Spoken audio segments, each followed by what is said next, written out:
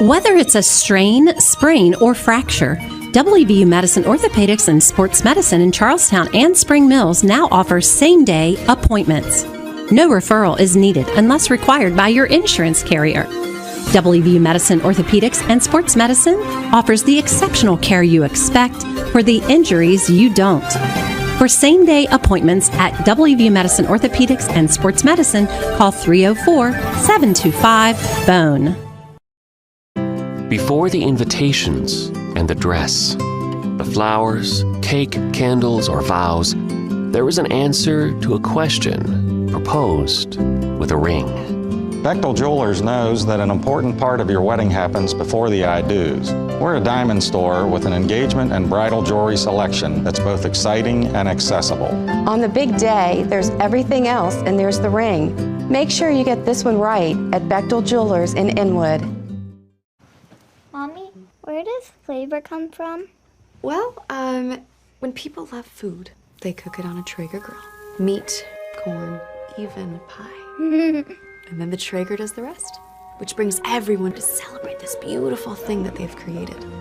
Because when you share delicious food with your friends, that's the flavor of life. Shop now and save at Orsini's today.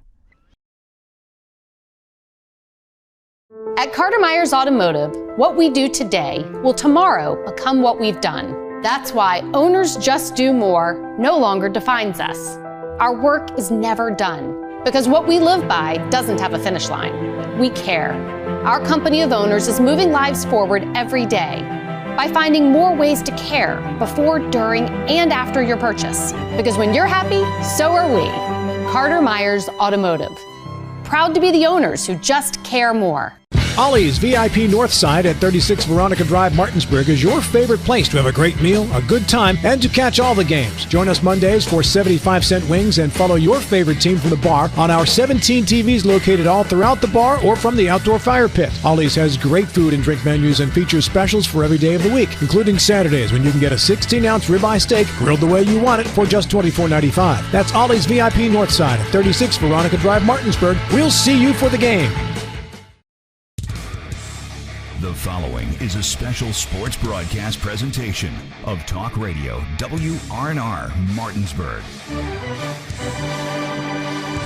Play ball! It's time for the excitement of American Legion Baseball, featuring the Berkeley Post-14 Hornets. The next pitch to Baden Hartman is cracked out to deep left field. That ball is gone! A 3-run homer! Let's go live to the field and join our Talk Radio WRNR broadcast team. Good evening, everyone, and welcome out to P.O. Faulkner Park here in Martinsburg, West Virginia, as we get you set for American Legion Baseball here on Talk Radio WRNR and TV10. It's the Berkeley Post-14 Hornets taking on the Leesburg Post-34 Rangers. Nick Verzolini alongside me is Dylan Bishop, Spencer Dupuis, our cameraman, and back in the studio is Colin McLaughlin. And Dylan, we saw Post-14 over the weekend pick up 2 wins here at the senior level, and they were impressive wins to say the least. Right, yeah, the bats really came alive in both games. Took a little longer for them to in game number 2 in that doubleheader, but eventually they were able to get to 11 runs in both games, and they had good pitching performances overall to the point where they were comfortable wins in the end for the Hornets in both of them. And today, a good challenge for Berkeley Post-14. They're going to take on Post-34 out of Leesburg, a team with some Division I talent throughout their roster. Was a good challenge for Berkeley Post-14 a year ago. And talking with Coach Tobin, he's excited about the opportunity for his guys. Not a full-strength Leesburg team due to state of Virginia is in the state playoffs right now. So they're not at full strength. Berkeley's not at full strength either. Hedgesville guys still working their way back. Baden Hartman's down at the North-South game for football, just to name a few guys that aren't here today. Griffin Horowitz is still at Army, and I believe Connor Bailey's not here as well. I don't know exactly why. But nonetheless, this is summer baseball. You're going to have a roster that kind of fluctuates. Right, yeah, there's going to be, remember, these are kids that are in high school or, freshmen in college. They take vacations, so we're going to have times where they're having other obligations. So, but the thing with these kind of rosters is you can be not at full strength and still have an incredibly strong team. We're going to have a great lineup out here for Post 14, and there's still some D1 talent out here for Leesburg as well, including Jake Slade, who will see at Virginia Tech.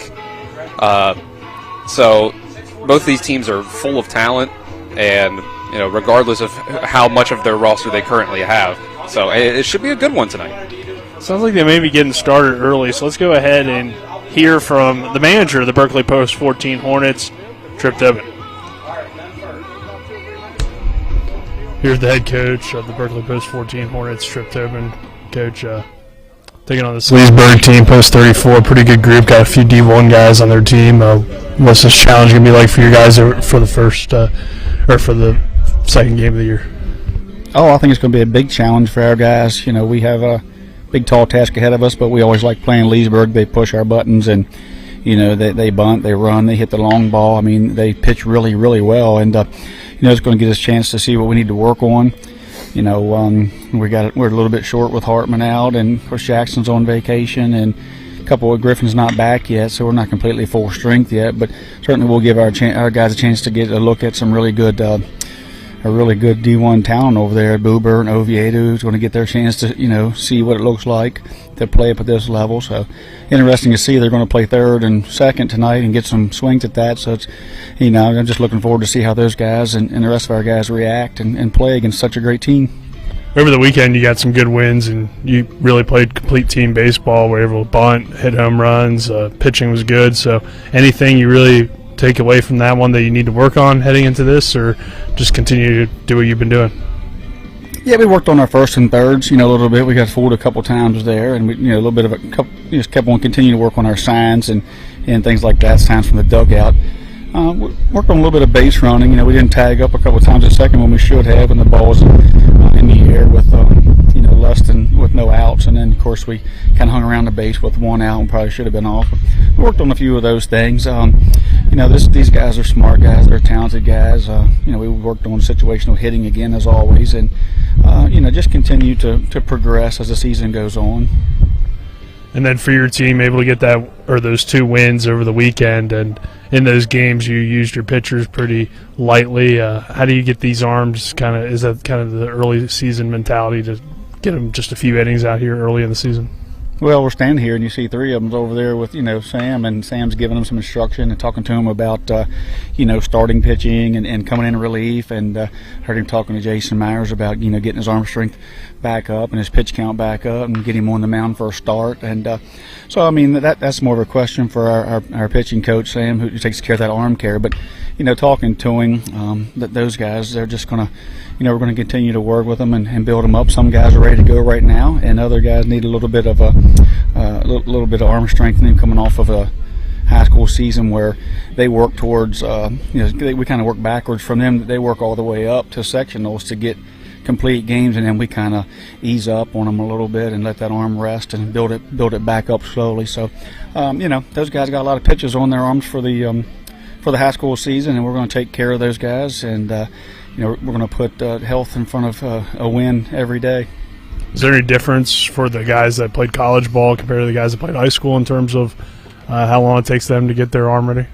Yeah, the guys in college like Chase and Stoudemire and a couple of those guys, they have less pitches on their arms, in April. In May. So that they're ready to go. They're probably a little bit stronger at the moment because they didn't have to go through that tough sectional tournament and tough area tournament, and they were freshmen, and they weren't the aces on their team. So, but they did work out every day and pitch every day, and their arms are strong, and went through a strengthening program, through that college experience. And, it's just each guy's different, Boober's a little bit different. He needs a little more rest when he throws longer than, say, a Chase Herndon or a Jackson Ruest. And then, other guys are power pitchers like Stoudemire. If he goes deep, he's going to need a few days. So each guy's different, and that's kind of Sam's department to make sure they stay healthy. All right, Coach. Thank you. Good luck. All right. Thank you. That is the head coach of the Berkeley Post 14 Hornets, Trip Tobin. We're going to take a 2-minute break. On the other side of that break, we'll have first pitch. This is American Legion Baseball here on Talk Radio WRNR and TV 10. Providing reliable protection since 1877, we are Farmers and Mechanics Insurance Companies. From small beginnings and over a century later, we maintain our dedication to our policyholders to provide dependable insurance protection and excellent customer service. Protecting everything from your home to your business has never been easier. Our team is here to ensure that you, your family, and your assets are taken care of. We enjoy giving back and doing our part to keep Martinsburg a great place to be. Locust Hill Golf Course invites you to historic Charlestown, West Virginia for 18 holes of phenomenal golf. We're just an hour drive from the Baltimore-D.C. Beltway, 1/2 hour from Winchester and Leesburg, Virginia, as well as Hagerstown and Frederick, Maryland. Each tee offers challenges across the 35 acres of lakes, ponds, and streams, which come into play on 11 holes. The Blue Ridge Mountains also provide a breathtaking backdrop to Locust Hill. Schedule your tee time today at www.locusthillgolfcourse.com or call 304-728-7300. That's 304-728-7300. If you're in an accident, the first thing that you have to do is call 911. You have to get medical care immediately. The next thing you need to do is call us. When you hire us at the Skinner Law Firm, what we do is we are going to investigate your case. We're going to lay out the options that you have, all at no cost to you. We will use all of our resources and all of our experience to get you what you deserve. The Skinner Law Firm, SkinnerFirm.com. Do you need a place to go for a quick tobacco, soda, snacks, cigarettes, or beer run? Well, then you're in luck, because Enter and Exit has convenience without the cost. Enter and Exit right off Route 11 is located at 31 Meadow Lane in Martinsburg and soon to be opening in Chambersburg, PA. Enter and Exit is open Monday through Saturday from 8 a.m. to 11 p.m. and Sundays from 9:30 a.m. to 8 p.m. For great convenience without the cost, stop on into Enter and Exit today.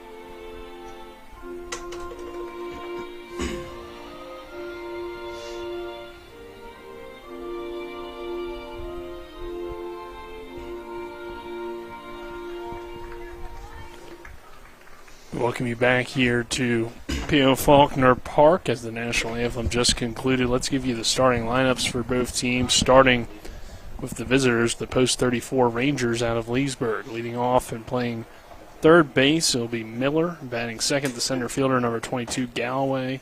Batting third, the shortstop, number 2, McMeans. Batting fourth, the first baseman, number 8, Slade.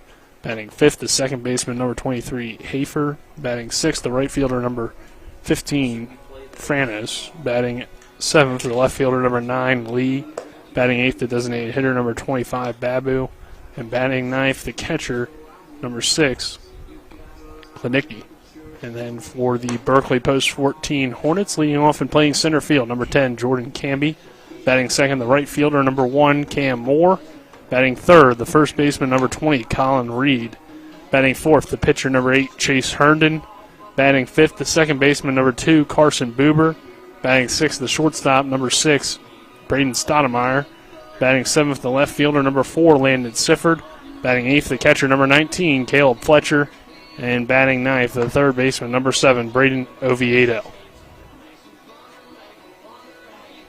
So, Dylan will see Chase Herndon on the mound after his freshman year at WVU Tech. And we saw Herndon what he was able to do in the field and with the bat on Saturday, so excited to see him pitch here, the former EPAC co-player of the year.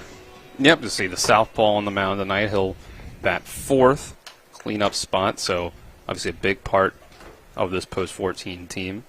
And the Hornets going with looks like kind of a play on the throwbacks of the Chicago White Sox with the horizontal stripe across the middle, red, white, and blue.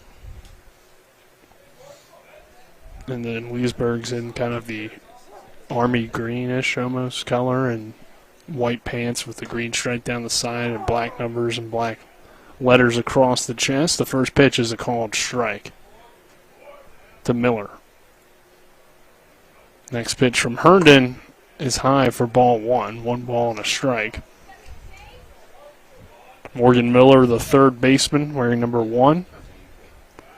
Leadoff hitter here today for post 34. The next pitch from Herndon is low for a ball. Morgan Miller at Loudoun Valley High School. Finished up freshman year at UVA Wise. This one lifted in the air and fouled away by Miller.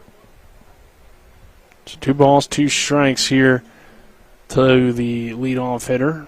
The defense behind Herndon, Fletcher doing the catching, Oviedo down there at third, Stottlemyre at shortstop, Buber at second, Reed at first, and Sifford can be more from left to right in your outfield.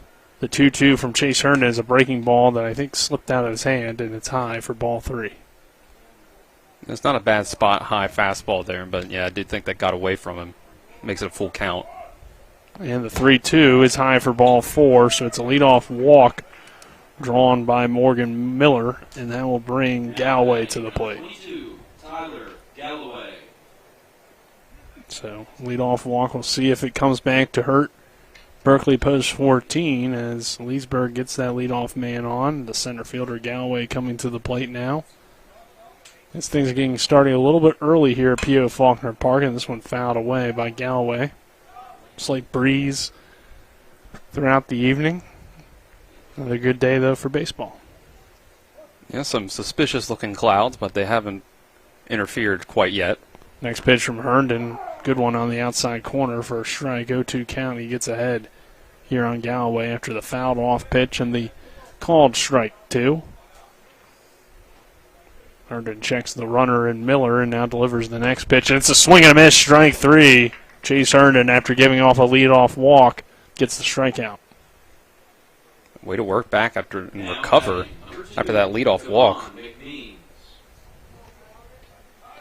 Now bring McMeans to the plate. Kevin McMeans, the shortstop. Batting here of 1 on and 1 out. In the top of the first inning, the breaking ball fouled away. Herndon, a lefty. Play the outfield as well as pitch for this Berkeley post 14 team. Again, he played this spring for WVU Tech after finishing up his career at Spring Mills. And the next pitch is high for a ball. 1 ball, 1 strike. He's been missing high so far. That can become a problem if it continues throughout the game. At least some pitches up in the zone. Might be able to make some good contact. The 1-1 pitch from Herndon. That one is a good contact pitch up into left center field. That's off the wall. Going to be a stand-up double for McMeans. Coming around to score is Miller. The tag. No, he's in there. Just beat the tag of Caleb Fletcher, did Miller. As it was a pretty good in there from the outfield. The throw beat him, but the tag was not quite applied by Fletcher in time, and Miller's in there to get our first run up on the board, and McMeans has got an RBI double to begin the scoring. That was good effort by Camby and by Stottlemyre with the good throws into the plate. It was just not quite enough to get the speedy Miller coming around from first. So I'll bring Slade to the plate, one of those D1 products that we talked about earlier, Dylan. And the pitch here from Herndon is popped up in the shallow outfield. Going back on it is Stottlemyre, but then Camby calls him off and makes the play in left center for the second out. Well, that's big. They're able to jam him. Get the Virginia Tech product to make a soft out. I'll bring Hayford to the plate, the second baseman, with a runner on second and 2 down. So a 1-0 Leesburg lead, and Herndon steps off and resets.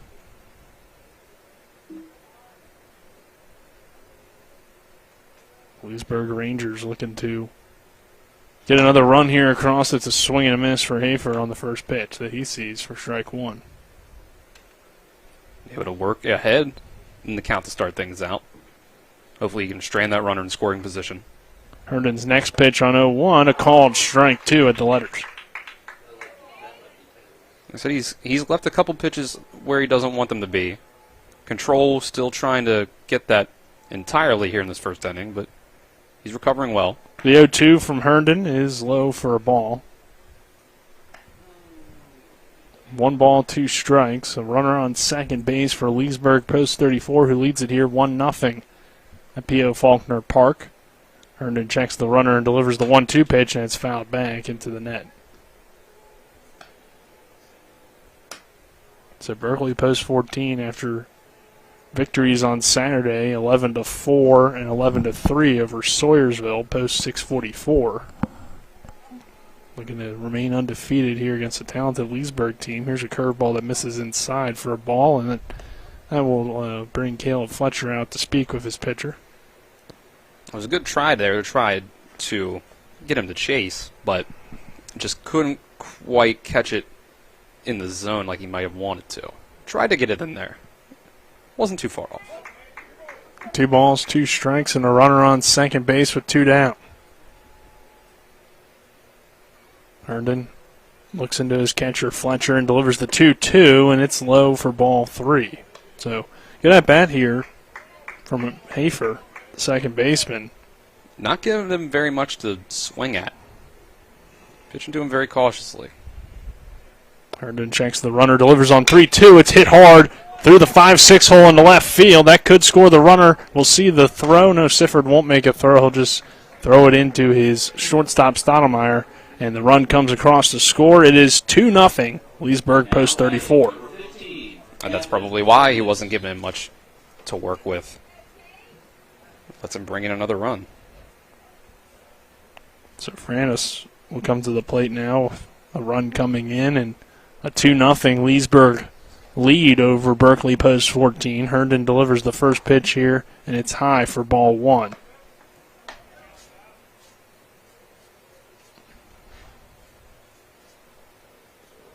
Herndon now looks over and delivers the next pitch, and it's fouled away. I don't think Francis wanted to swing at that one.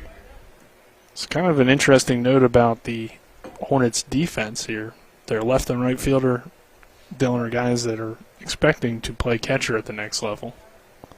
So, shows their versatility and what they're able to do and why they have offers to play college baseball. Yeah, you don't see that a whole lot.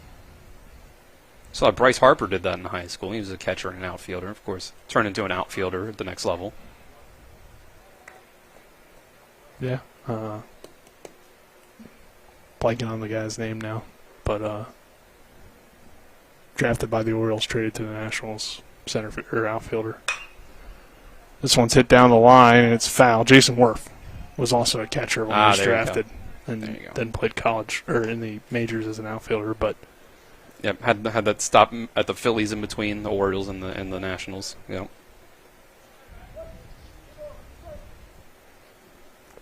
2 balls, 2 strikes, 2 down. The next pitch from Herndon misses inside for ball 3. A full count now on Francis. Geffen Francis out of Norwich University, Military College of Vermont, in Northfield, Vermont. Full count here from Herndon, and that misses low for ball 4. So the inning will continue. That will bring Lee to the plate with 2 on and 2 down. But Leesburg has another opportunity here to put up some runs. Yeah, Herndon just hasn't quite had it yet. Got that strikeout. Was able to get Jake Slade to go down quietly, but the control has not been able to be consistent enough to get out of this inning. So Lee, the left fielder, comes to the plate. The next pitch here from Chase Herndon is fouled away. 0-1 count. Leesburg up 2-0 here, top half of the first inning. Peyton Lee from Chesapeake Community College by way of Heritage High School. Next pitch here from Herndon, a swing and a miss for strike 2. one of 3 players from Heritage High School on this roster. Also an alum of Heritage High School is our own cameraman for this evening, Spencer Dupuis. There you go. Famous alumni in the building. Pitch misses high for a ball, or in the stadium. Not really a building. I suppose, yeah. We are in a building of sorts, but Spencer's out on the deck, and they're out on the field. The 1-2. Fletcher on the throw down to third. Oviedo can snag it down there, but the throw would have beat him as both runners were in motion. And count sits now at 2 balls and 2 strikes with Lee at the plate. And 2 runners now in scoring position for Leesburg. 2 outs here in the first inning. The next pitch from Herndon runs in. Kind of a weird play there. I guess it hit off of Fletcher's mask. I'm not 100% certain what happened there, but bounced in the turf. And I think Lee wanted.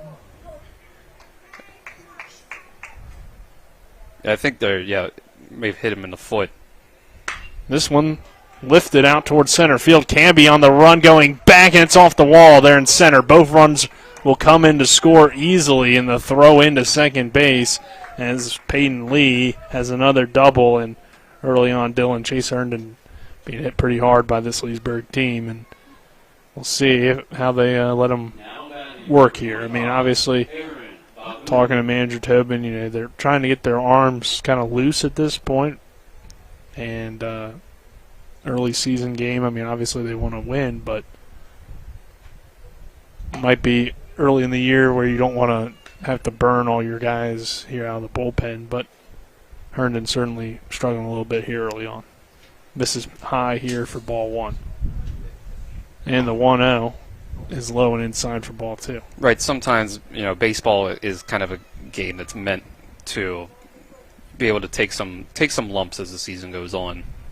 It's usually a long season, of course. This one hit on the ground past the diving glove of Oviedo. That will allow another run to come in to score for Leesburg. Sliding in safely is Lee. And the Rangers continue to rack him up here in this first inning, now 5-0. Yeah, this is tough. As Babu comes through with an RBI single. Now we're getting Nicky will now come out and bat for Leesburg, the catcher. So all 9 guys coming to the plate in the first inning, 2 down. And, I mean, you had a few opportunities to potentially get an out if your defense could have made a, spectacular play like that last one of Oviedo. It was Manny Machado. They get out of the inning there, but he's only, a rising sophomore. So right, 4 of these runs have come with 2 outs. So that's been, a base hit RBI by Hafer, then a walk to Franis, then the 2 RBI double by Peyton Lee, now an RBI single for Babu. It's pretty clear that even without, like we said, not even their full roster, this Leesburg team definitely loaded. We'll see if Herndon and the Hornets have a little fight in their half of the inning whenever they're able to come to the plate, of course, but 1-0 count here as Herndon's pitch missing. And the next one from Chase is a called strike on the outside corner. We saw some of the dominant sort of pitching that Post 14 can have on Saturday with the likes of Braden Stottlemyre, Jason Myers, Dylan Stevens. And this is a deep roster, but they're going to have their off days. This one fouled away here by Klinicki.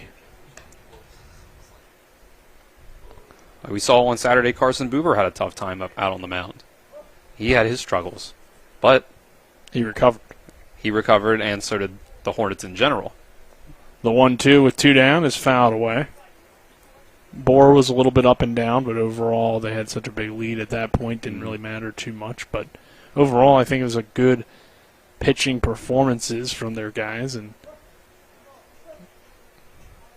like we said, it's only the first 3 games of the year. It's a pretty long season. You're going to want to use a lot of different guys early in the year to try to make sure that these guys, one, get their opportunities. I mean, that's the most important thing.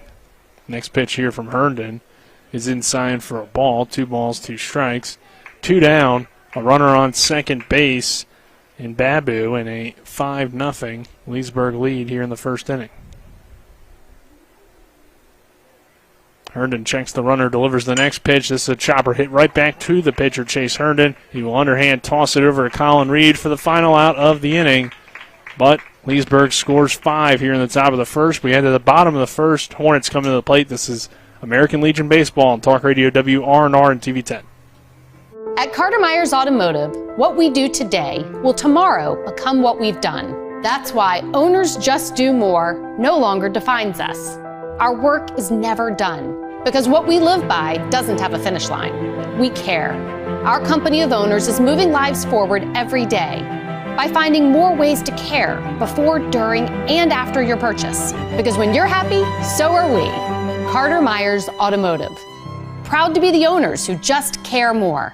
My kids, you know I want the best for you, don't you? We need to have a conversation. End-of-life planning is no one's favorite discussion, but the relief of having everything in place when the hour of need arrives is a gift. Give it to your family. Plan ahead with us. Brown Funeral Homes, a leading provider of cremations, invites you to explore the many flexible options of cremation. From environmental considerations to the benefit of greatly reduced cost, it may be the perfect answer for your family. Online at brownfuneralhomeswv.com. Brown Funeral Homes, here for you.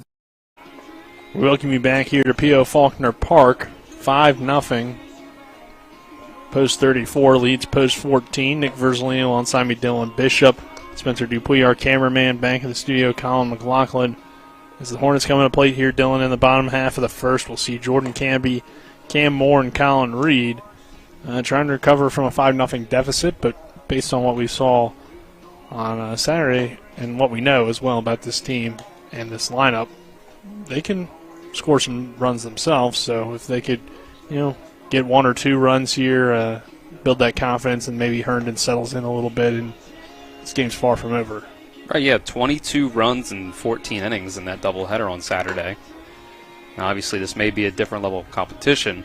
We'll just see. We obviously, based on the bats alone in that top of the first, you could say that compared to Swoyersville, and it'd be a tough task as they go up against the 6'4", 200-pound Thomas Burgess, another one of those Heritage High School guys who goes to Roanoke College.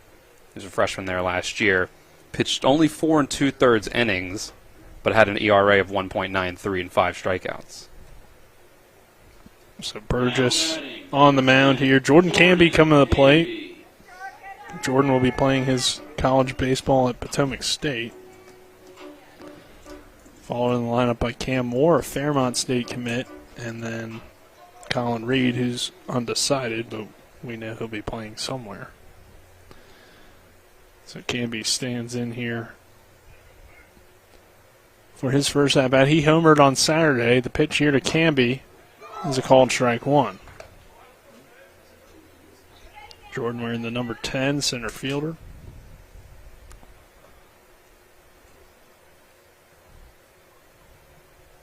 Gets the 0-1 pitch and slaps it foul down the third base line.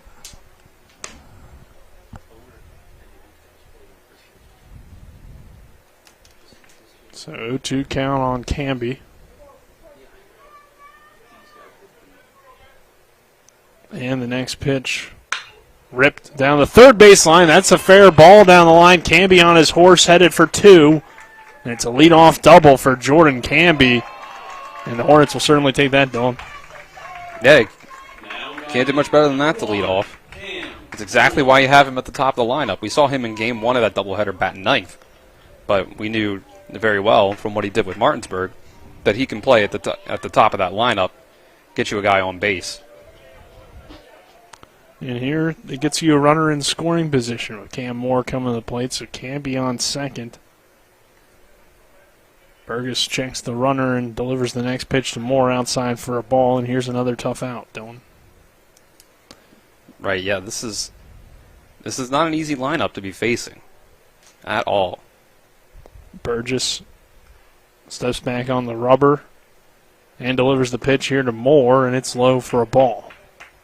So 2-0 count, hitters count for the Washington High School grad. The right fielder, Cam Moore, with Jordan Canby on second base. 5-0 deficit for the Hornets here in the bottom of the first. The next pitch to Moore is hit hard up the middle off the glove of Burgess and into center field. Canby will score from second. It is now a 5-1 ball game. Cam Moore, an RBI single, gets the Hornets on the board. And Colin Reed coming to the plate. There we go. So the bats are staying hot from that Saturday game. Those Saturday games. Jordan Canby and Colin Reed, they went down to play in the North-South game as well. So they were playing on Sunday. Quick turnaround and a lot of travel. Yeah. As Reed takes the first pitch for a called strike, trying to pick up his teammate Cam Moore, Washington High School teammate as well. Maybe college teammates for all we know, with Colin Reed's decision still waiting here. The pitch to Reed, low for a ball. 1 ball, 1 strike. Saw the catcher kind of hesitate before he threw that one back, turn back, look at the umpire. Kind of gave him the, are you sure that was a ball kind of look. Throw over, Moore slides back in safely. 1 ball, 1 strike, nobody down here for the Hornets, who get on the board in this bottom of the first inning, make it a 5-1 ball game. The next pitch to Colin Reed runs inside and misses for a ball, 2-1. So Burgess. Go ahead, Dylan. So he's got to battle back now, and Colin Reed with a hitter's count is very dangerous. Burgess delivers on 2-1 and fouls it away, does Colin Reed. Reed playing first base in this ball game, followed by the pitcher Chase Herndon in the lineup, and then Carson Buber. As Colin sits in here on a 2-2 count, the next pitch to Reed, hit hard, a chopper toward third base, could be 2. Miller flips to second, the throw to first in time for the double play. Miller to Hafer to Slade, 5-4-3 double play. Now bring Herndon to the plate with 2 down. Oh, that's a tough break. Solid contact on the ball, but right at third base. And Colin Reed just wasn't able to quite beat it out. So that'll bring Herndon to the plate. Herndon had a good day on Saturday, trying to bring a bat here.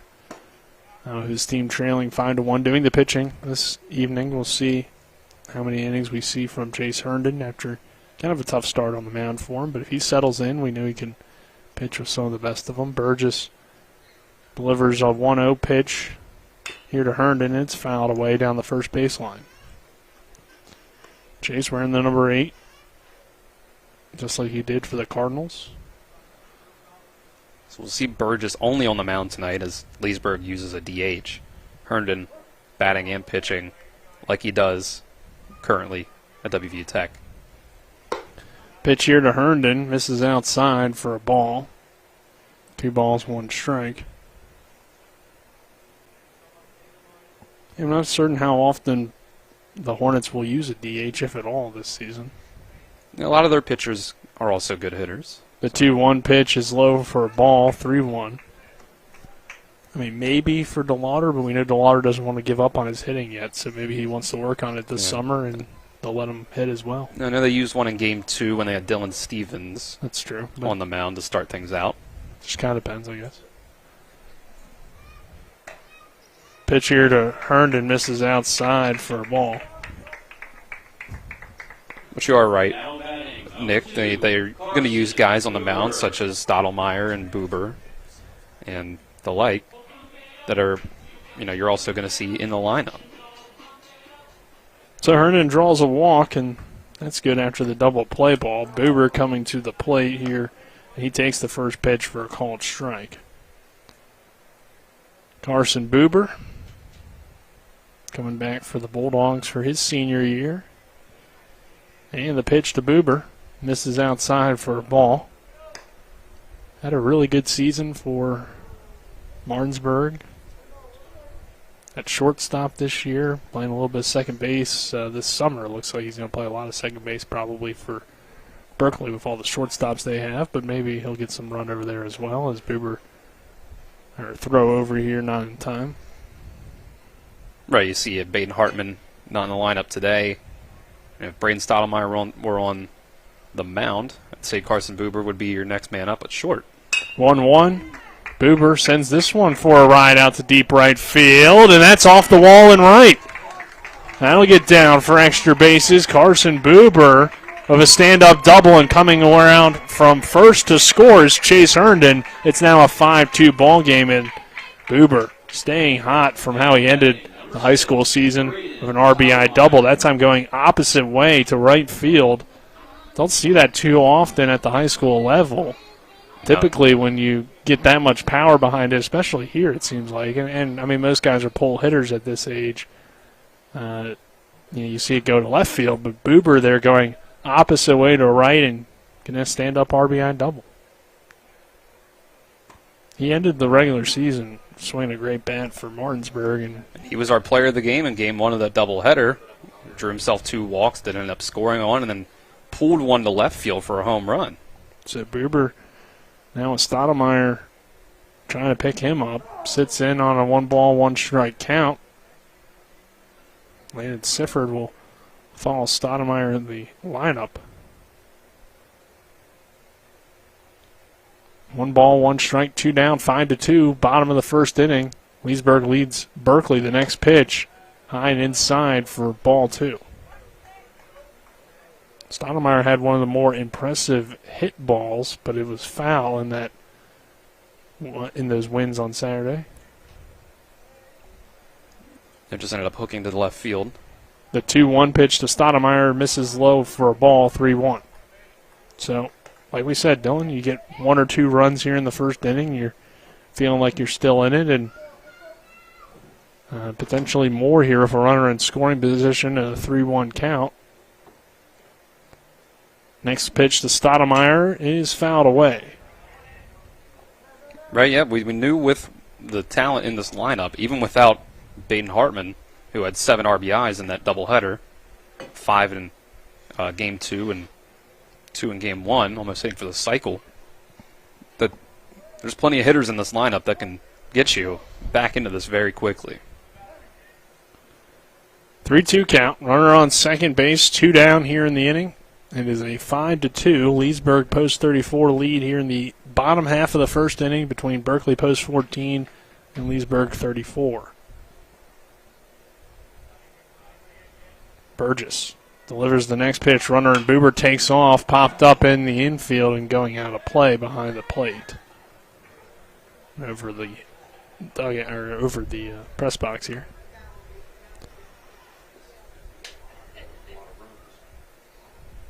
So long at bat here from Stottlemyre. He's worked it to a full count with a runner on second base, trying to get the Hornets on the board again and make it a 2-run game. The next pitch, Buber takes off. Stottlemyre takes it for a walk to third in time for the final out of the inning. So that's the risk you run running on 3-2. You drew the walk, but you get your final out at third. But Berkeley does score 2 in the inning. And we will head to the second. Our score, post 34, 5, post 14, 2. This is American Legion Baseball here on Talk Radio WRNR and TV 10. Not sure where to go or who to trust with your flooring project? And start with Trips Flooring, proudly serving the area for more than 25 years, specializing in floor sanding and refinishing, along with installation of new flooring, including hardwood, tile, vinyl, laminate, carpet, and the hottest trend in flooring, luxury vinyl, tile, and luxury vinyl plank. Are you on a budget? Check out their warehouse, cash and carry, or call 304-229-7009, or visit them online at tripsfloorsanding.com. Radon is the second leading cause of lung cancer deaths in the United States each year. But do you know the radon levels in your home? Home is a place to live, love, and laugh, not a place to breathe air containing radon. The Berkeley and Morgan County Health Departments are distributing free confidential radon test kits, and you can get yours at the Berkeley County Health Department office in Martinsburg and the Morgan County Health Department office in Berkeley Springs. Protect your home and family. Get your free radon test kit today. We welcome you back here to P.O. Faulkner Park. It is 5-2. Leesburg post 34 as We head to the top of the second inning. Nick Verzolini alongside me, Dylan Bishop. Happy to have you with us. And Dylan, an exciting first inning between these two teams. A lot of runs put up. We'll see if the pitching settles in here in the second. Right, yeah, 7 runs between the two teams in the top and the bottom of the first. And we'll see Chase Herndon. Yeah, you got 7 runs on 7 hits. As that one caught out there in right field by Cam Moore. I thought that was heading out of play, but Moore making the catch in the bullpen for the first out. What a grab out there in right field. Up against the fence. That's a nice play out there by Cam Moore, who, you might expect him at the next level to be playing catcher, but he's making some nice plays out there in the outfield. He can certainly play a lot of different positions. We saw him at shortstop a little bit during the regular season. 0-1 count here on Galloway. The next pitch from Herndon, a swing and a miss for strike 2. Galloway struck out that first time, so far Herndon's had his number. 0-2 count. Chase looks into Fletcher. The lefty delivers the next pitch on 0-2, and it misses high for ball 1. But what a play by Cam Moore out there and right. I thought for certain that was going out of play or going to be out of his reach. Yeah, that took some speed to get over there. And then all of a sudden I look up and he's making the catch after I was making a note about something else. The next pitch here on 1-2 is high for ball 2. And definitely not every right fielder is making that play. You got to get a good jump on that and get on your horse. The 2-2 pitch from Herndon. Called strike 3 looking. So Chase Herndon, like we said, maybe he can start to settle in here in the second, gets his 2 quick outs. And that will bring McMeans to the plate. Now, to be fair, this is where the lineup really started to roll for Leesburg. We saw McMeans get a hit. We saw Slade fly out, but then an RBI from Hafer. Francis drew a walk, RBI double from Lee. So this is where it started to really pick up last time, after a walk and a strikeout to begin the ball game, but Herndon misses low here to McMeans on a 1-0 count now. Next pitch from Chase Herndon, just a little bit inside for ball 2. McMeans got things going in the first inning. Galloway with that strikeout just before this. He is not, a lot of this lineup's been able to see the ball well off of Herndon, but not Galloway. That's 0 for 2 with 2 strikeouts. That one fouled back into the net.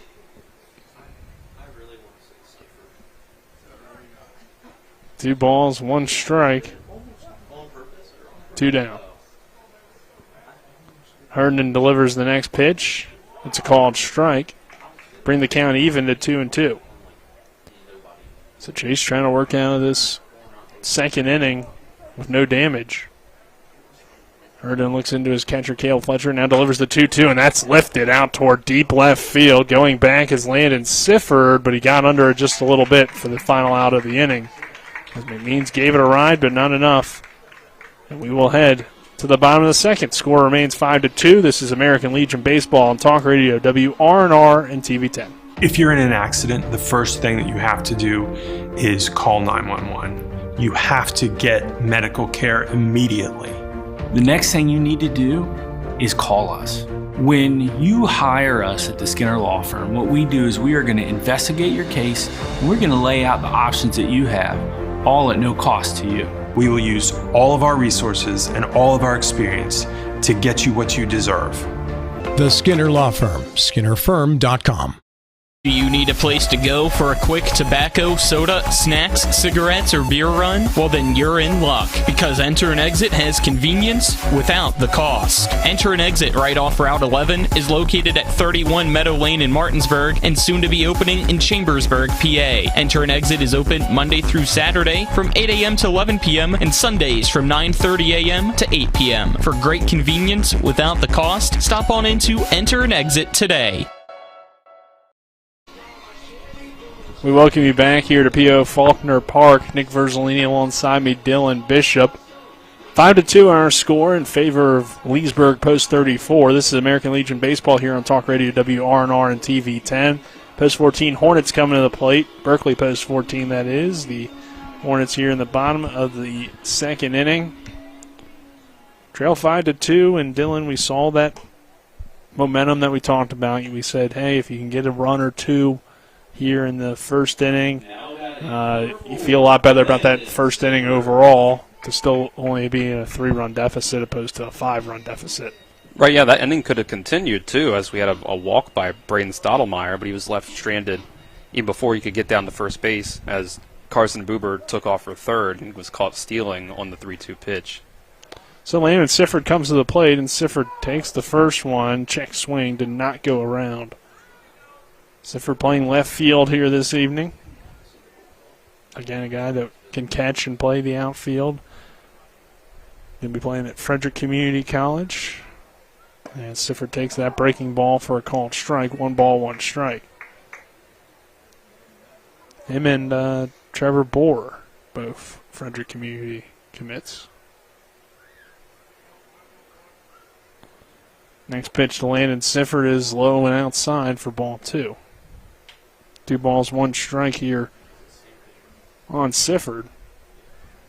Burgess doing the pitching this evening for Leesburg, and he delivers the next one to Sifford, and it's lined into right center field, and that will get down for extra bases. It's off the wall there in right center, and Landon Sifford has a leadoff double. So the second inning begins the same way as the first inning did, with a former Martinsburg Bulldog getting a leadoff double. And Burgess had the same kind of task that Chase Herndon did, where he had to recover from a little bit of a shaky first inning, and while Herndon was able to set Leesburg's down 3 up, 3 down, not quite the same for Burgess. Sifford having to get his equipment off as he runs the base paths, and Caleb Fletcher will come to the plate, the catcher this evening, wearing the number 19 for the Hornets. He'll be followed in the lineup by Braden Oviedo. Pitch here to Fletcher is fouled straight back into the net. Caleb did a lot of catching for the Jefferson Cougars this spring. Also did some pitching, of course. He's a member of the first team All-EPAC team that was announced today. He had a good performance on the mound on Saturday. Pitch here fouled away. I guess it was announced last night, but we talked about it on the show today. 0-2 count here on Fletcher.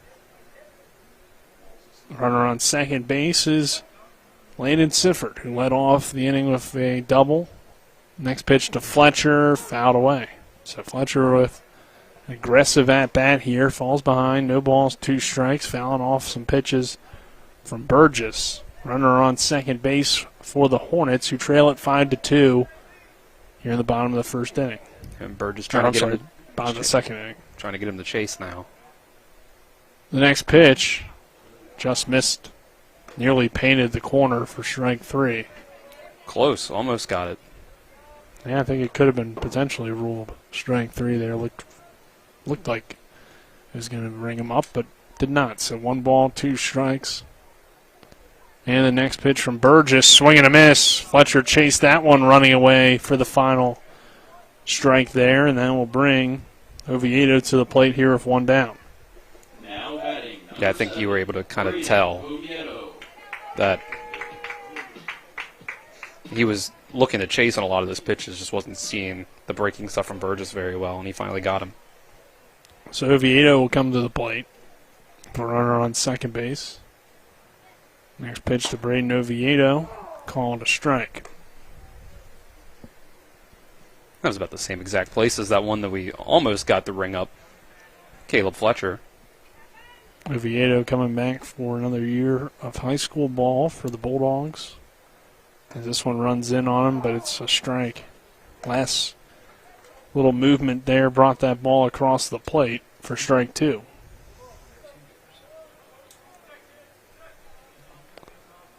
Oh, 2 count with 2 down. As Coach Byler corrects me and tells me 2 more years for Coach. I was about to say that. Yeah, he's a sophomore this past season. And sometimes you forget because he played just as big of a role on the Bulldogs team as a lot of the upperclassmen. I didn't necessarily forget. I just was saying he'll be back again next He year. will, yeah. Had 2 count here of 1 down. But certainly a talented guy, a guy left off of those all-EPAC teams, which kind of surprised me. I thought he'd at least be a second-team guy, but it's a tough group. I mean, there's a lot of good third baseman and shortstop in the EPAC. I'm sure he would have made a third team if there was one. And it was kind of weird how they did the teams, too. They had, even if you made it first team for a certain position, you're on second team at the same position, potentially, if you're a pitcher. So you could be first team shortstop and second team pitcher.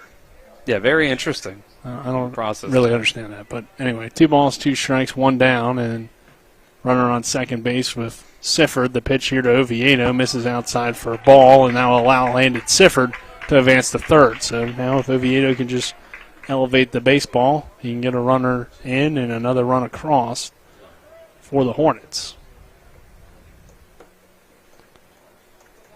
3 balls, 2 strikes, 1 out. Here in the second inning. Burgess delivers the next pitch to Oviedo, and it's low for ball 4. So Oviedo will take first. Got away from the catcher there, but Sifford going straight back to the bag. So Oviedo turns the lineup over for Jordan Canby, who had a leadoff double to begin the ball game and came around to score for the Hornets. If he can replicate that, he could potentially make this a 1-run game.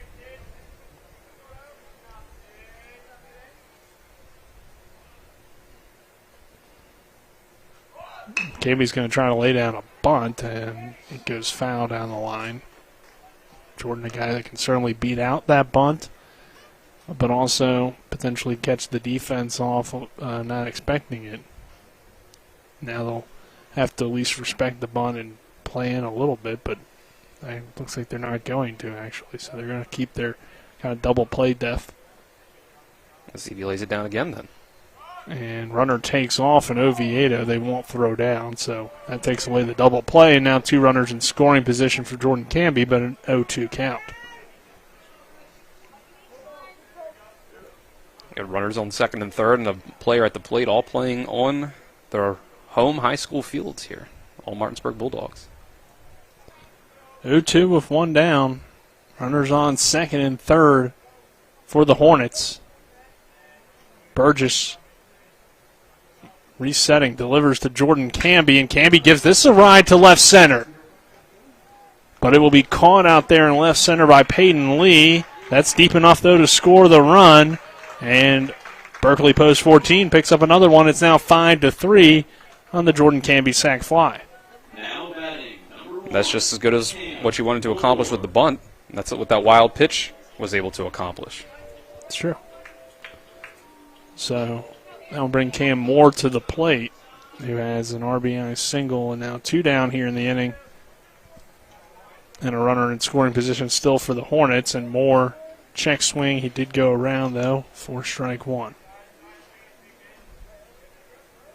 So Canby coming through with the sacrifice fly RBI. 2 outs. Runner on second base. And the pitch to Cam Moore. Hit hard, but it's a chopper right to the second baseman, Hafer. And Hafer, close play, but he is out by about a half step there down the line, as Hafer took some time to get it out of the glove. So Moore grounds out to end the inning.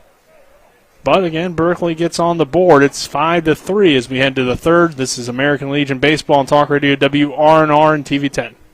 Locust Hill Golf Course invites you to historic Charlestown, West Virginia for 18 holes of phenomenal golf. We're just an hour drive from the Baltimore, D.C. Beltway, 1/2 hour from Winchester and Leesburg, Virginia, as well as Hagerstown and Frederick, Maryland. Each tee offers challenges across the 35 acres of lakes, ponds, and streams, which come into play on 11 holes. The Blue Ridge Mountains also provide a breathtaking backdrop to Locust Hill. Schedule your tee time today at www.locusthillgolfcourse.com or call 304-728-7300. That's 304-728-7300.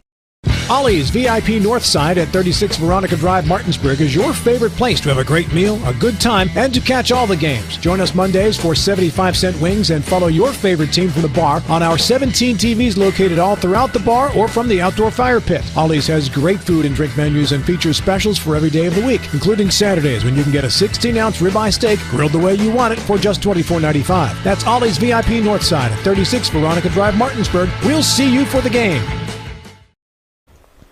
We welcome you back here to P.O. Faulkner Park, American Legion Baseball here on Talk Radio WRNR and TV 10. Nick Verzolini alongside me, Dylan Bishop. Our score, Leesburg post 34-5, Berkeley post 14-3. Hornets taking on the Rangers. Chase Herndon out here for his third inning of work, and Herndon first pitch swinging, ground ball hit toward Oviedo, and Oviedo makes the play for the first out. His grounding out to begin the inning was Slade. And they've been able to get the Virginia Tech product on 2 swings for 2 outs because he first pitch swinged on his fly out earlier. Yeah, he's been very aggressive. It hasn't worked out quite yet for him. First pitch here to Hafer, who drew a pretty long at-bat to get an RBI single in the first inning. Takes the first one low for ball 1. 5 runs coming across from Leesburg in the top of the first. Bottom of the first, Berkeley gets 2 back. And then in the bottom of the second, they pick up a third. That's how we got to a 5-3 game. 1 ball, 1 strike here on Hafer. And the next pitch missing outside for ball 2. So Chase Herndon had a 1-2-3 inning in the second after that tough first where all 9 batters came to the plate. Trying to pick up where he left off here in the third, and this one's fouled away. Herndon's starting to settle in. 2 balls, 2 strikes, 1 down. On Hafer, the second baseman. Next pitch from the lefty. Fouled down the first baseline, just staying alive on that swing did Hafer. Good job staying alive. Keeping himself at 2-2. Next pitch from Herndon. Swing and a miss. Strike 3. Chase Herndon now with 3 strikeouts on the evening. And this looks like the Chase Herndon that we were used to seeing during his career at Spring Mills. And right, he's retired 6 in a row now. Yeah, starting to settle in. As Franis coming to the plate. He walked his first time, takes the first pitch for a ball.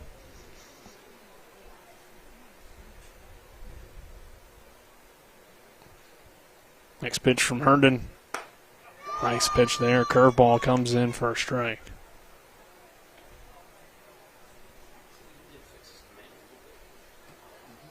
One ball, 1 strike, 2 down. The next pitch from Herndon. Chopper hit toward third. Oviedo throws over to first in time for the final out of the inning. So 1-2-3 goes post 34. Now 7 straight retired by Chase Herndon. And we head to the bottom of the third. Our score. Leesburg post 34-5. Berkeley post 14-3. Hornets coming to the plate. This is American Legion Baseball on Talk Radio WRNR and TV 10.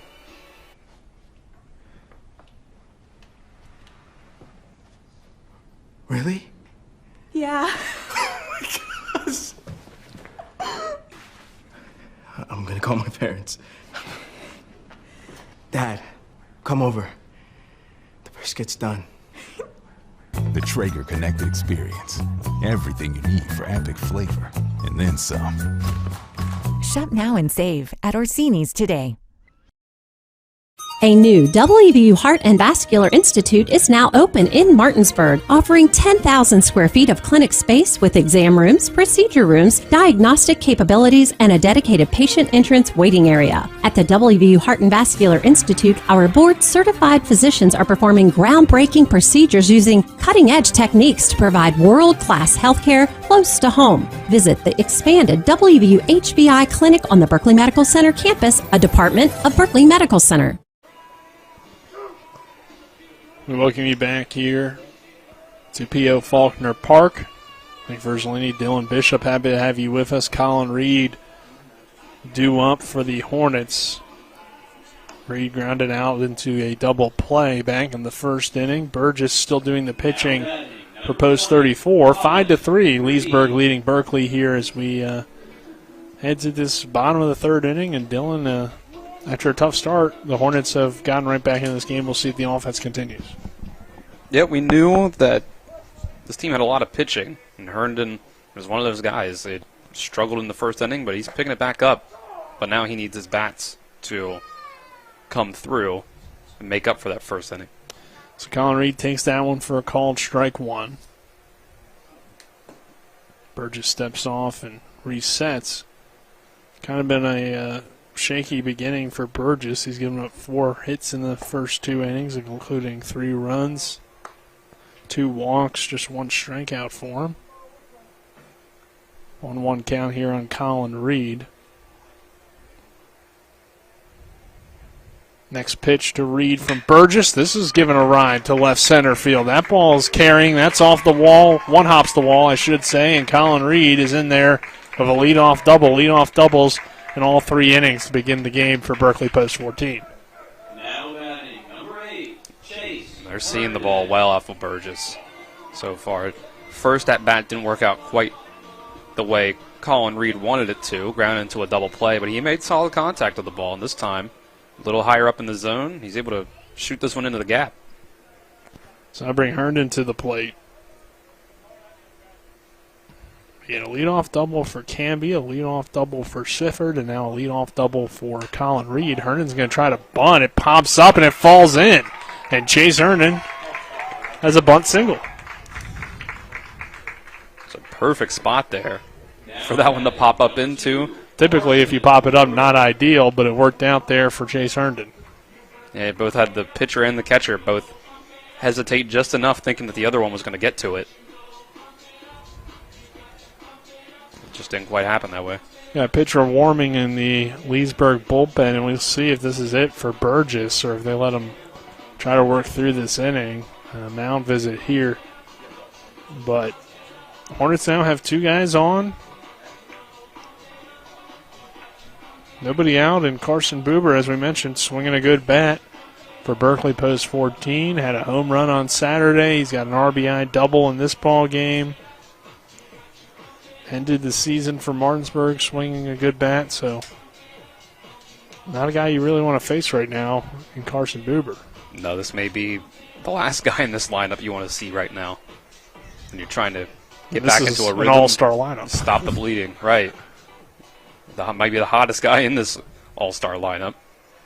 When you're trying to stop the bleeding, tying run on first base after you were just up 5-0 after your first at-bat. Buber, though, will square around a bunt and can't get it down for strike one. Well, that's the thing with this lineup is you can have your hottest guy lay down a bunt because you know you got the likes of Braden Stottlemyre, Landon Sifford, and Caleb Fletcher coming up behind him. Next pitch to Buber. Again, he squares around a bunt. He gets it down. Nobody's covering first base, so Carson Buber's in there with the infield single.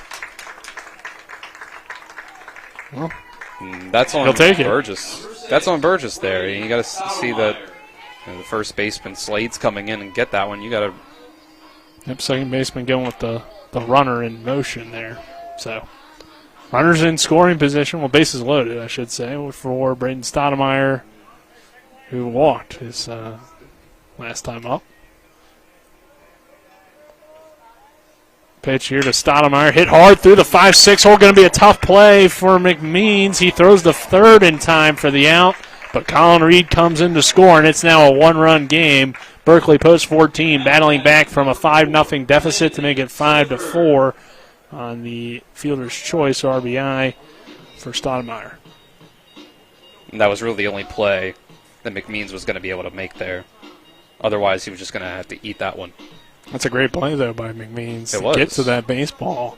As it was kind of a slower roller than probably Stottlemyre wanted, but had a chance to get through nonetheless, and he got to it. That will bring Landon Sifford to the plate with 2 runners in scoring position, and Sifford had a double his first time up. So next pitch from Burgess is low and outside for a ball.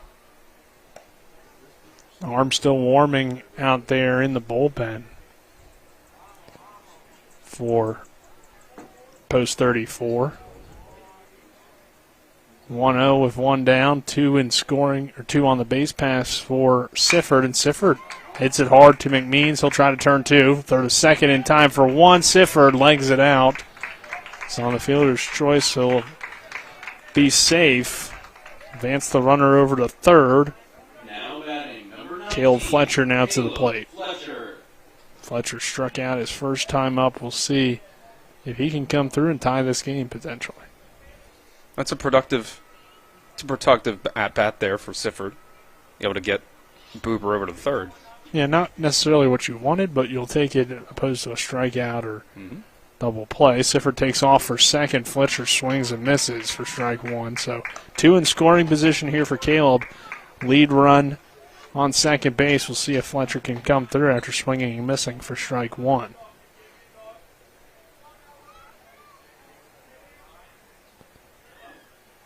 Next pitch from Burgess. Fletcher takes outside for ball. We saw Fletcher struck out swinging the first time around. He was chasing a lot of what Burgess was throwing at him, so it looks like Burgess is going to try to go back to that well, see if it continues. Yeah, he chased on that first pitch as well, so we'll see if he can kind of settle back in and come through for the Hornets. 1 ball, 1 strike, 2 down. The next pitch to Fletcher, swing and a miss. There's that pitch running away again. Yeah, Fletcher's hasn't been able to read the breaking ball so far. So 1 ball, 2 strikes, 2 on and 2 out. Next pitch from Burgess to Fletcher is a swing and a miss on pitch low for strike 3. That will do it for the inning. But the Hornets get another run back. It's 5-4 as we head to the 4th. This is American Legion Baseball and Talk Radio WRNR and TV 10. We're back in 60 seconds. This is Eric at Hagerstown Ford. Over the last decade, the way we buy things have evolved. Now, you get on your phone, click Want It, and it shows up at your front door. At Hagerstown Ford, it is that convenient. We've changed the car buying experience on the I-81 corridor forever. And with a return policy better than Walmart, there's absolutely no reason to buy a new or used car, truck, or SUV anywhere else. Just like Amazon, Hagerstown Ford will deliver the vehicle to you, where you are, and on your time. And if you don't want it, return it. No questions asked. Why waste your time at a car dealership playing the dumb back-and-forth games? Besides, we hate it more than you do. I assure you, no dealership from Winchester, Virginia to Washington, D.C. will beat our price. No dealership from Chambersburg, Pennsylvania to Baltimore, Maryland will beat our price. And no other dealership will allow you to return it if you don't want it. Hagerstown Ford absolutely provides the best experience at the best price. Visit HagerstownFord.com to schedule your VIP experience. Click on the vehicle you want and get your new ride delivered to you at no risk. See dealer for details. Post 34 of Leesburg 5. Berkeley post 14 4 as we head to the 4th inning here at P.O. Faulkner Park. Nick Verzolini alongside me, Dylan Bishop. Spencer Dupuis, our cameraman, back in the studio. Colin McLaughlin and Dylan. Hornets continuing to fight back. It's now a 1-run game, and it didn't look like it was going to be the case based on how this one started, but Chase Herndon's retired 7 in a row, and the offense has been good since the very beginning. Yeah, they're on track for Herndon to be able to pitch with a lead here if this continues. As this one's cranked out to left field and just off the top of the wall there in left. So a leadoff double here, as I thought that was going to go for Peyton Lee. But it just stays in P.O. Faulkner Park, and that'll bring Babu to the plate. That's a second double for Peyton Lee. Last one drove in 2 RBIs. Well, luckily this time, Herndon's recovery on the mound made it to where this was just a leadoff with no one on. Yeah, I thought for sure that was going to get out of here initially, but it hits off the top of that wall. The pitch here from Chase Herndon, a big swing and a miss for Babu. He had an RBI single his first time up. He shot one down the left field line just past the glove of Oviedo. So Herndon having a pitch with a runner in scoring position, always tough. The next pitch on 0-1 is a little bit high for ball 1. So we'll see if Chase Herndon can get out of the jam here in the 4th, as that ends his streak of retired batters. But still settling in here in the middle innings, and this one popped up and out of play behind the plate.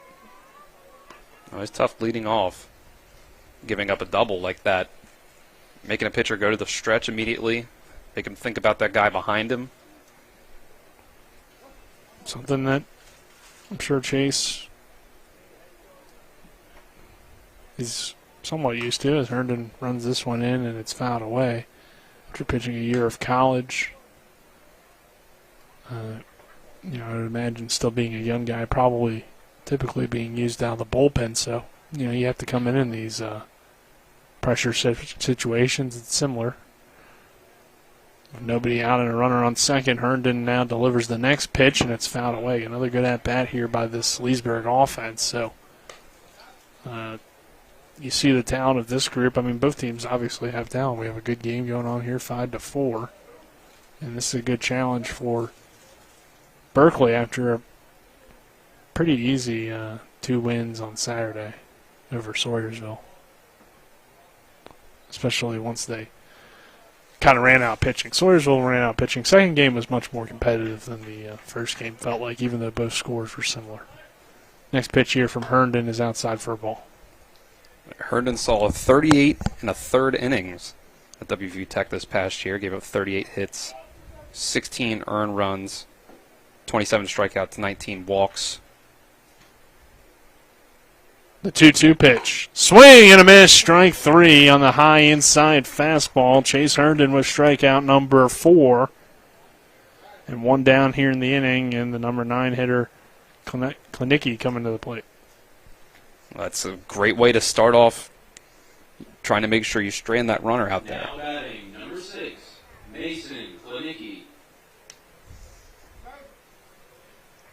So runner on second.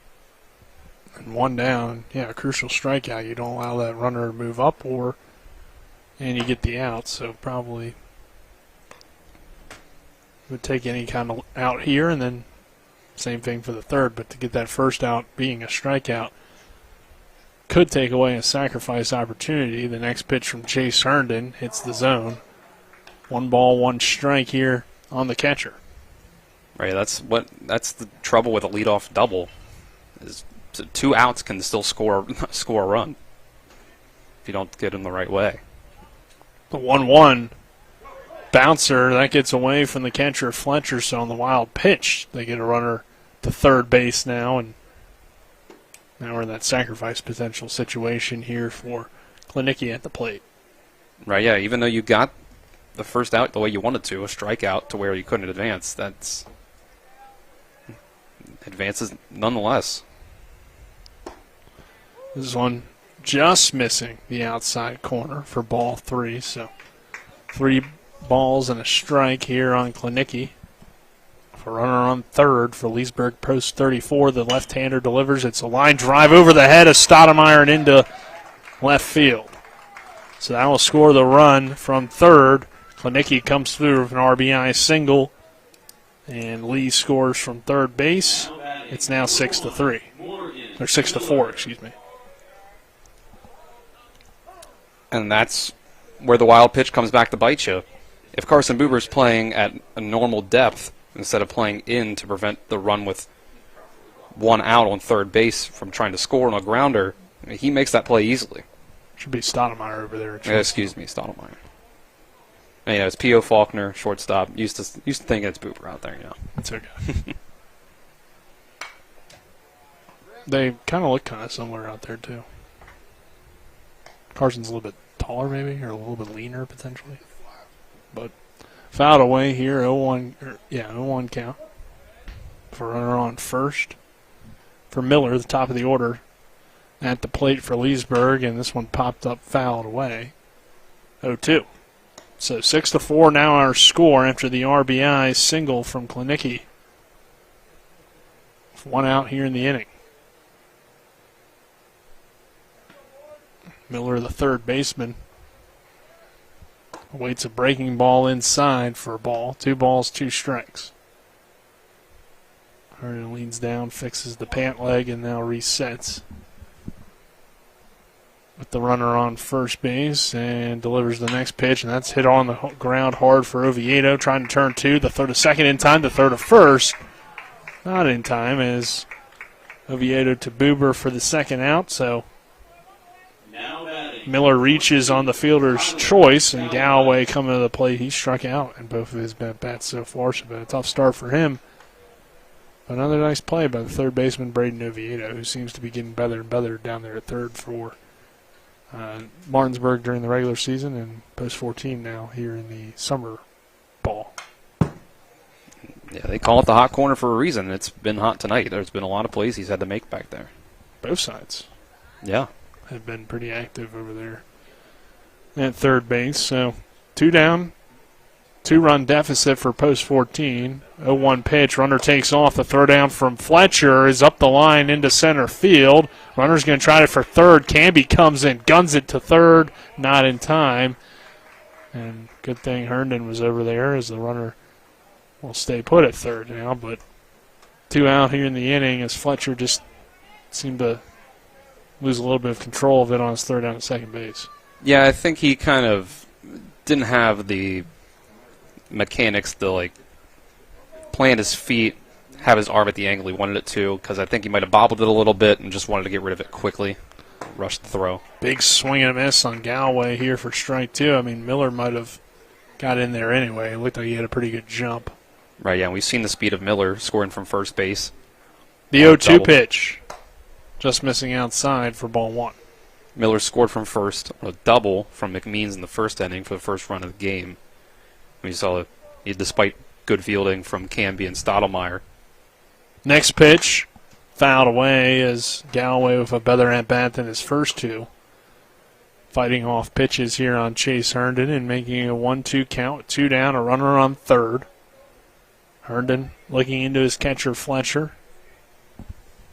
And the lefty's next pitch, a breaking ball, a little bit high for ball 2. And so far it's been Fletcher for post 14 and Galloway for Leesburg. That have been really the one guys in each lineup that haven't gotten their bats going. A 2-2 pitch. Breaking ball called. Strike 3 on the outside corner. Now 5 strikeouts here on the evening for Chase Herndon. And we head to the bottom of the 4th. Our score, Leesburg gets a run, 6-4. Post 34 leading post 14. We're back at 60 seconds with the Hornets coming to the plate. With 4 new car dealerships and 4 used car dealerships in 3 states, Parsons is the largest used car and fastest growing new car dealer in the tri-state area. Take Parsons Ford with huge savings on hundreds of new Fords, financing from 0%, Parsons' goal of financing for all, and Parsons' famous above-market trade-in allowances that help make Parsons #1 for used cars too. See why so many won't buy anywhere but Parsons Ford in Martinsburg. We became #1 by making you #1 first. Parsons. Join us this summer for the thrill of American Legion Baseball on Talk Radio WRNR and TV 10. The Berkeley Post 14 Hornets are the premier team in the area, and you don't want to miss 1 second of the action. The next pitch to Baden Hartman is cracked out to deep left field. That ball is going, gone! A 3-run homer! The Hornets begin their season on June 3rd. We'll have coverage all the way through the area tournament, July 18th through the 22nd at P.O. Faulkner Park. We welcome you back here to P.O. Faulkner Park. For those of you watching on TV 10, got a shot of Braylon Connor. Originally alongside me, Dylan Bishop, and Braylon dealing with that broken thumb it is. So that he hurt in the state championship game, or state championship tournament, I should say. And probably going to miss most of this post-14 season, unfortunately, but an excellent season for Hedgesville for Braylon Connor. Right, yeah, he was well-deserving of all the accolades and praise that he got this year. It's a shame they're not going to really see him out for post-14 for this entire summer season, but we'll see. Hopefully we'll be able to see him at all. Yeah, I mean, broken fingers are always tough because there's not really much they can do for you. Right, and it's not a very long season.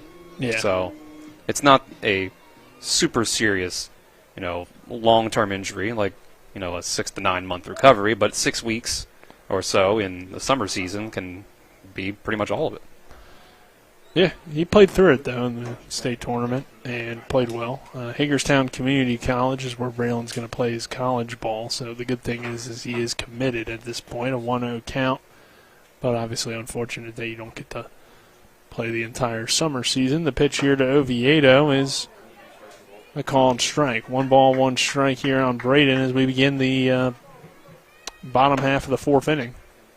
Berkeley post 14 trailing 6-4 over Leesburg post 34. Here's a ground ball hit toward the shortstop. McMeans, the thrower to first in time for the first out. So Oviedo grounds out here to begin the inning. It was good contact. 6-3. Good contact, but just couldn't quite place it in the right spot. Right to shortstop. I'll bring Jordan Camby to play. Camby's had a good day. A double and a run scored in the first inning and a sacrifice RBI in the second. Hitting here in the 4th, and Camby takes the first one low and inside for ball 1. Jordan again playing center field for Berkeley post 14.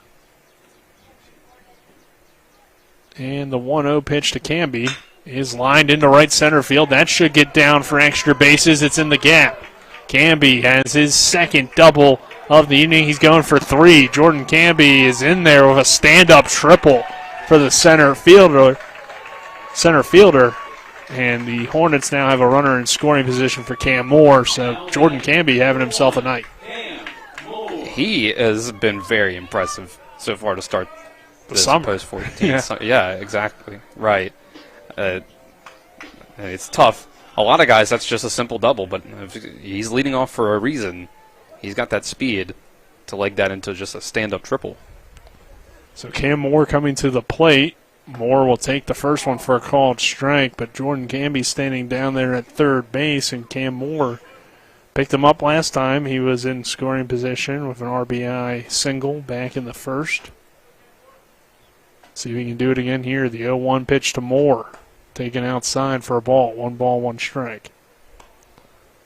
Yeah, I mean, you got to be very impressed with Jordan Camby. He had a home run on Saturday.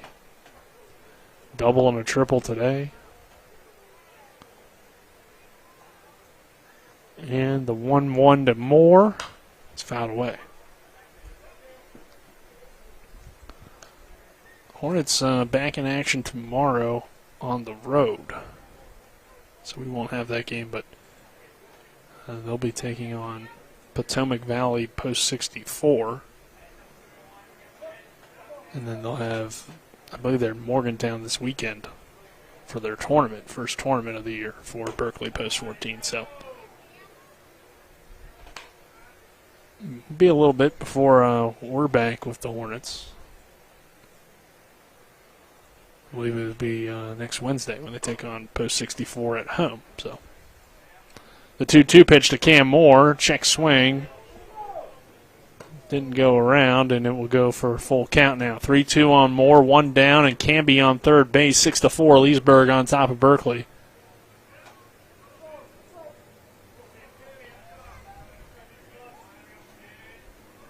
And the next pitch to Moore, high for ball 4. So Cam Moore draws a walk.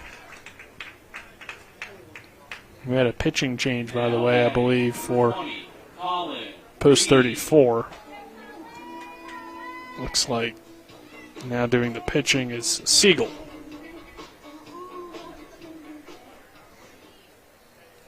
Only 12 men written down on the roster for post 34 tonight. They got a light bench.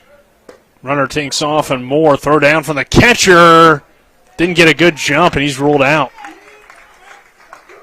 So that hurts. Now 2 down in the inning for Colin Reed as he was hitting in a potential sacrifice situation. Of course, Reed did hit into a double play last time, so I think that's why you see Moore take off, but he didn't get a great jump there, Dylan.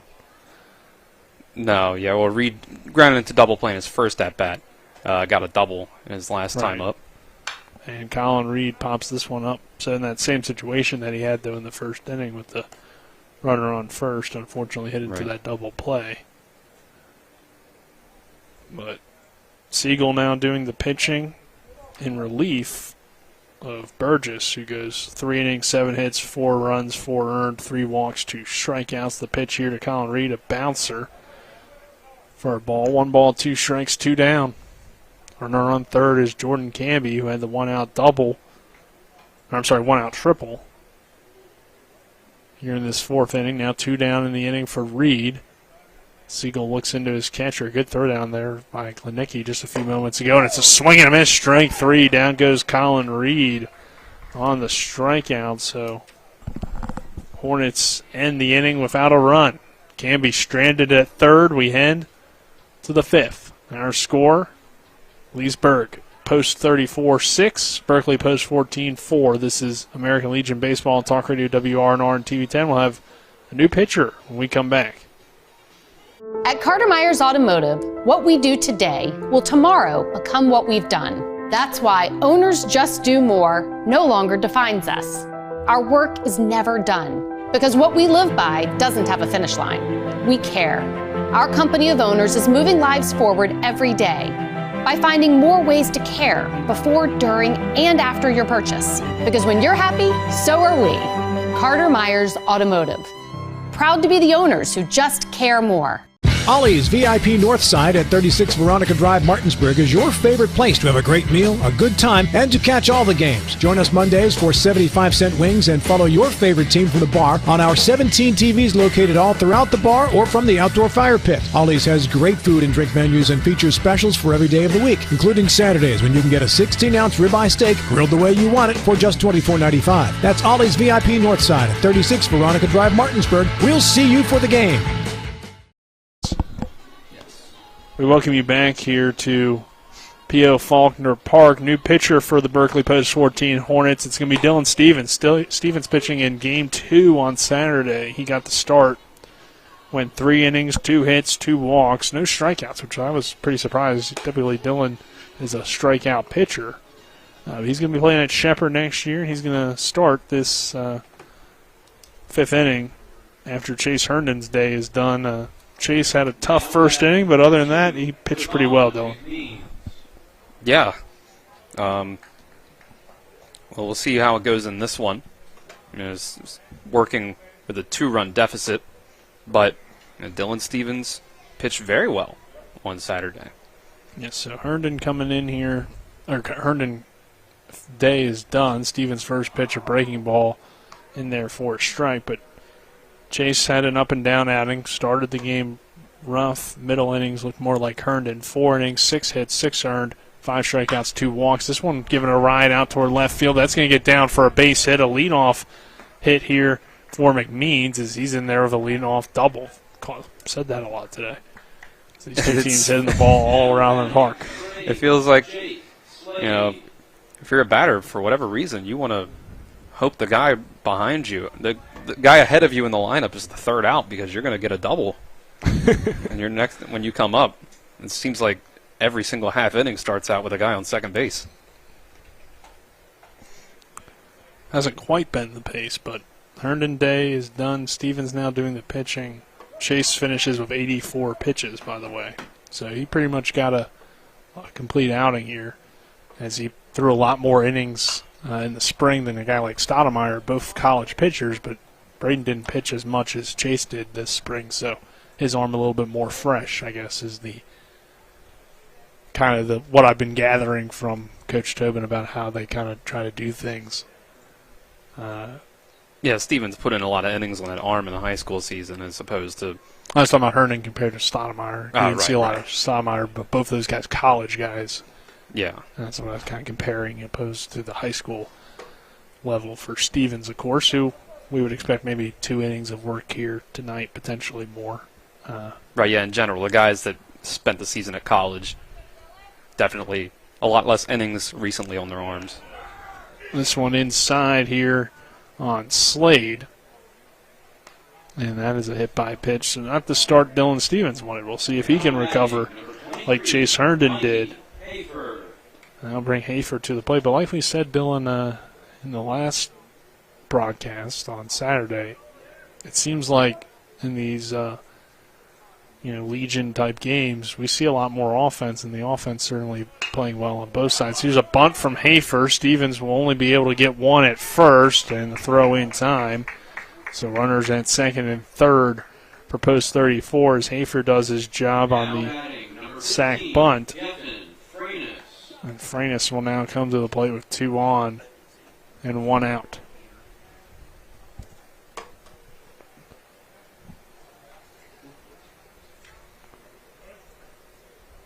As the Hornets infield up on the green part of the turf, the next pitch from Dylan Stevens, a backdoor breaking ball that misses inside for a ball. Runners on second and third for Leesburg, who leads it 6-4 here in the 5th. The next pitch from Dylan Stevens, the righty, is lined into right field. That will get down and score the run from third. Having some issues with it in right is Cam Moore, so that allows the runner to score from second and easily. And it is now 8-4. Leesburg post 34 on the 2 RBI single from Freitas. That's tough. It might have scored both runs anyway, even without a bobble out and right. But not a great start for Stevens. Peyton Lee to the plate, and this one lifted out toward right field and heading out of play down by the bleachers out there in right. 0-1 count with 1 down here on Peyton Lee, who's had a good day. 2 doubles for him and 2 RBIs.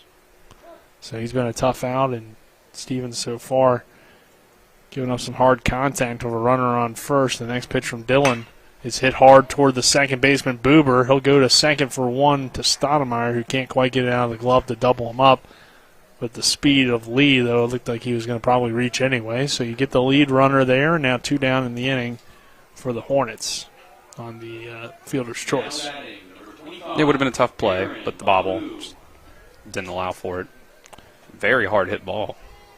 Yeah, just right at Carson Buber, which is good to see him fielded cleanly and flip to Stoudemire. Babu now to the plate with 2 down. Babu takes it outside for ball 1. Babu struck out swinging last time. The 1-0 misses inside for ball 2. And he struck out, and he has an RBI single today. Throw over, not in time.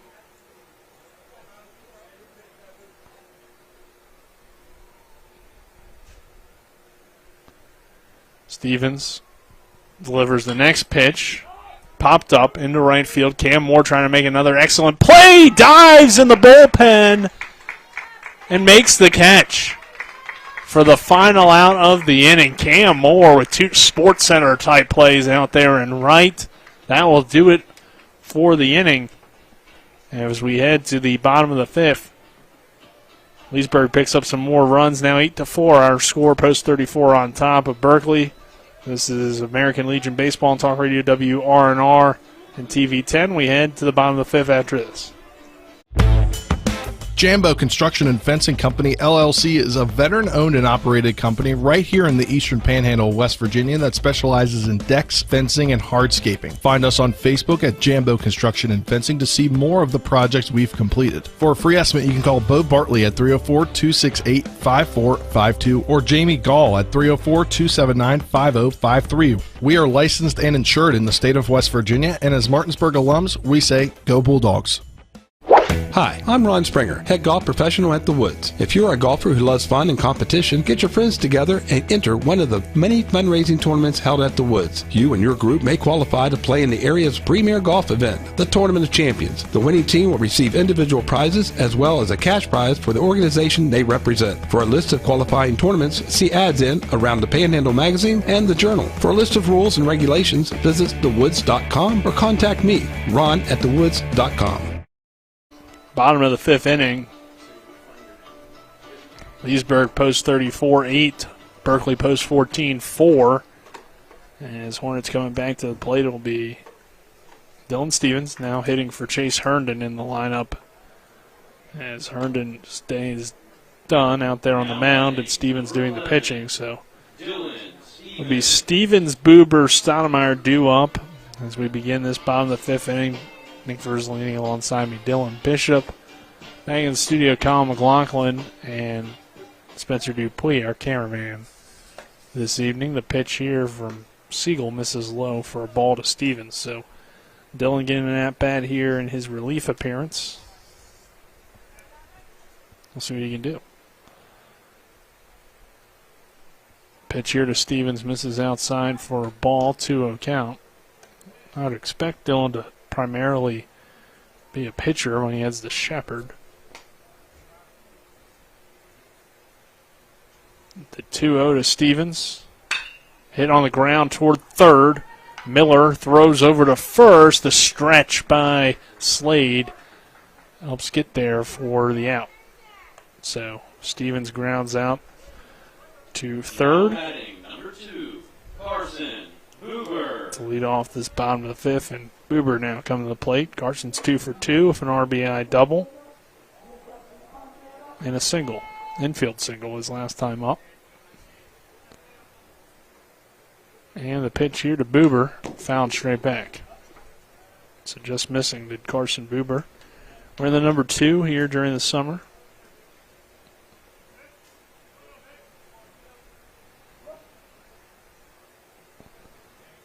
The 0-1 to Buber, missing outside for ball 1.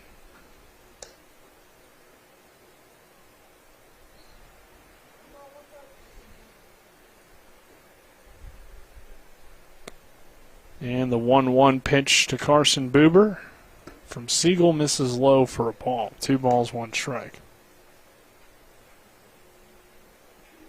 So post 34 jumping out here to an 8-4 lead over Berkeley post 14. The next pitch from Buber, or to Buber I should say, is fouled away. So Carson with a good at-bat here. We're going to keep his bat going well. Siegler's done a good job so far in relief of Burgess.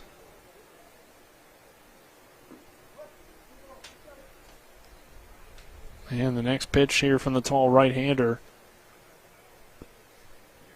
is hit hard on the ground toward third. Miller's been active, and he continues to make great plays down there as he fires to first in time for the out. Jake Slade, the first baseman, making the play at first.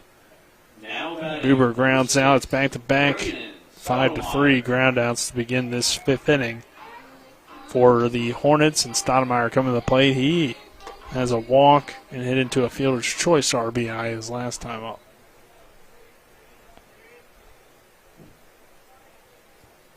Pitch here to Stoudemire is called strike 1. Him and Dylan Stevens will be teammates at Shepherd next year. Stoudemire still trying to be a hitter at the next level. He wants to pitch and hit.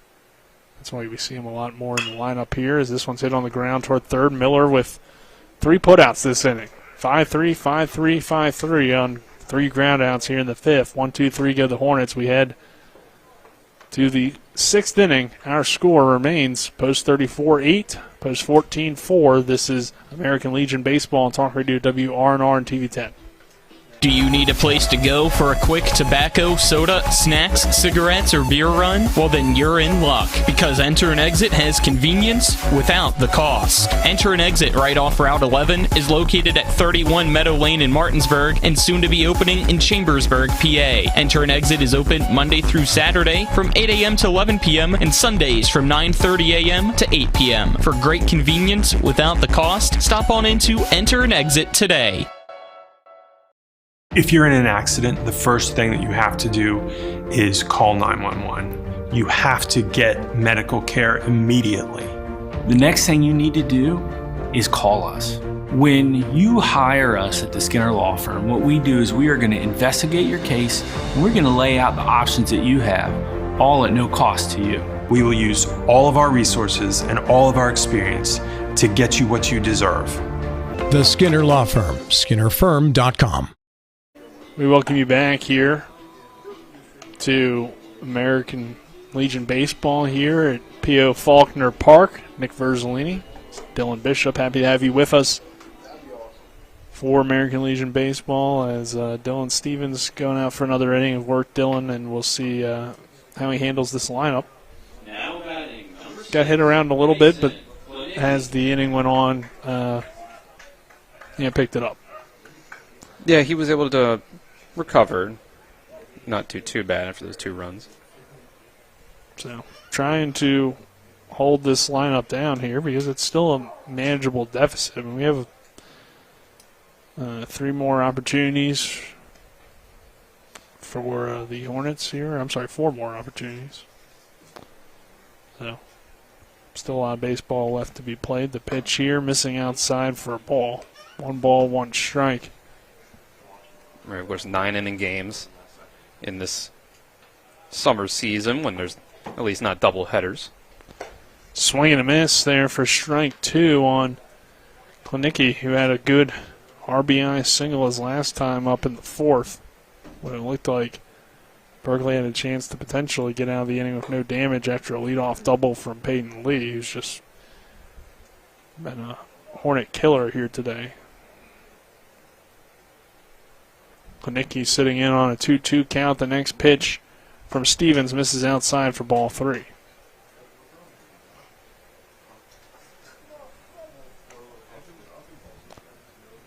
Three-two pitch from Stevens.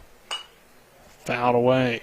Klinicki, the catcher, ground out, RBI single so far. Left-handed hitter. Next pitch from Stevens. Popped up into left field. Sifford going to let it fall in for a base hit. I just couldn't quite get there. So Klinicki is on with a leadoff single, and that will bring Morgan Miller to the plate. We've seen his defense quite a bit in that last inning. Had all 3 putouts. But so far is hitless in the ball game. 0 for 2 with a walk and a flyout and a fielder's choice that he hit into in the 4th. He was able to score a run after the leadoff walk to start the game in that 5-run inning. It started that 5-run inning, first of them. Throw over from Stevens, not in time.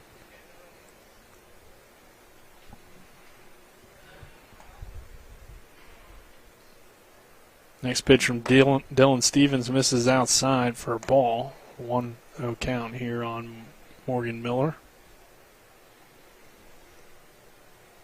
Stevens checks the runner. And the breaking ball misses inside for a ball. 2-0. Just looking over around the Hornets bullpen side. Not a true bullpen session happening, but it looks like, I believe Jason Myers and Trevor Bohr keeping themselves loose. Just tossing the ball back and forth. Yeah, some of that could be just their normal work. Right. That they are trying. Yeah, they're to guys that you could possibly see pitch later in the game, but they're not actually warming up at the minute. They're not playing the field, so they got to stay loose. Yep. And we could see them maybe tomorrow for this team. We won't be there, but just in general, they might be the guys that are line to go up tomorrow, because don't know when Lane DeLauder is going to appear on this team, as this one's lined into center field. That will get down for a base hit. Morgan Miller coming through. Canby had an issue fielding it, so that allows the runner to go from first to third. And back-to-back singles here to lead off this 6th inning. 22, Tyler Galloway.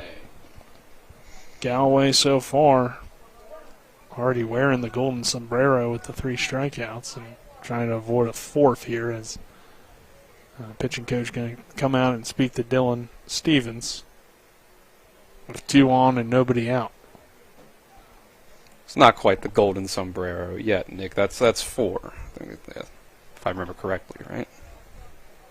A 3's a hat trick? Yeah. I don't know. Whatever. That's a great phrase, though, golden sombrero. You would think that it's something good, but it is not.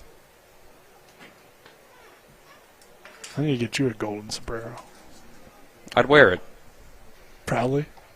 Maybe there's just a touch of shame. Fair enough. Well, how about this Galloway trying to avoid the golden sombrero?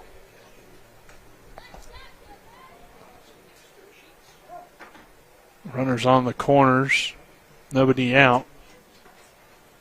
And runner takes off, and a swing and a miss. Throw down from Fletcher, not in time. Runner stays put at third base, though. So 2 in scoring position for Galloway as he swings and misses for strike 1.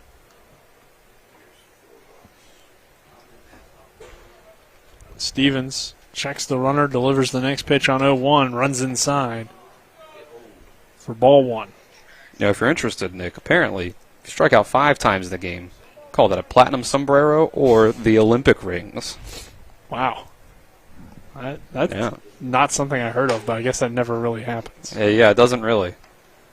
But if you had a game go like extra innings, I guess you could strike out 5 times. Or if your teammates are having a real good time at the plate and you are not having fun at the party. That's true, yeah. 1-1 pitch, fouled down the first base line as Galloway doesn't want to hear about any sombreros right now, trying to get on base. 1 ball, 2 strikes. No, and that was all Herndon for those 3 at-bats. So let's see if he can do better against Stevens. Got him 2 strikes, though. Middle infielders playing in on the green part of the turf. Pitch misses outside for a ball, 2-2. Trying to play the play at home. Last time they were in is when that Klinicki hit just got over the glove of Stoudemire. The next pitch from Stevens is given a ride out to deep center field. Going back is Jordan Canby, and that is a 3-run homer from Galloway. So he had a 3 strikeout day. Now he's got 3 RBIs. And he makes it an 11-4 post 34 lead over post 14. Galloway with a drive to the deepest part of the park. It's 370 out there in center. Talk about a change in fortune with a pitching change. 0 for 3, 3 strikeouts against Herndon. He's able to flip that entirely around against Dylan Stevens. Yeah. I mean, you see why he's hitting second. Not his typical stuff in those first 3 at-bats, but a home run there in the 6th. And really breaking this game open now at 11-4 here in the 6th inning. And Berkeley trailing by 7. The next pitch, a called strike on McMeans.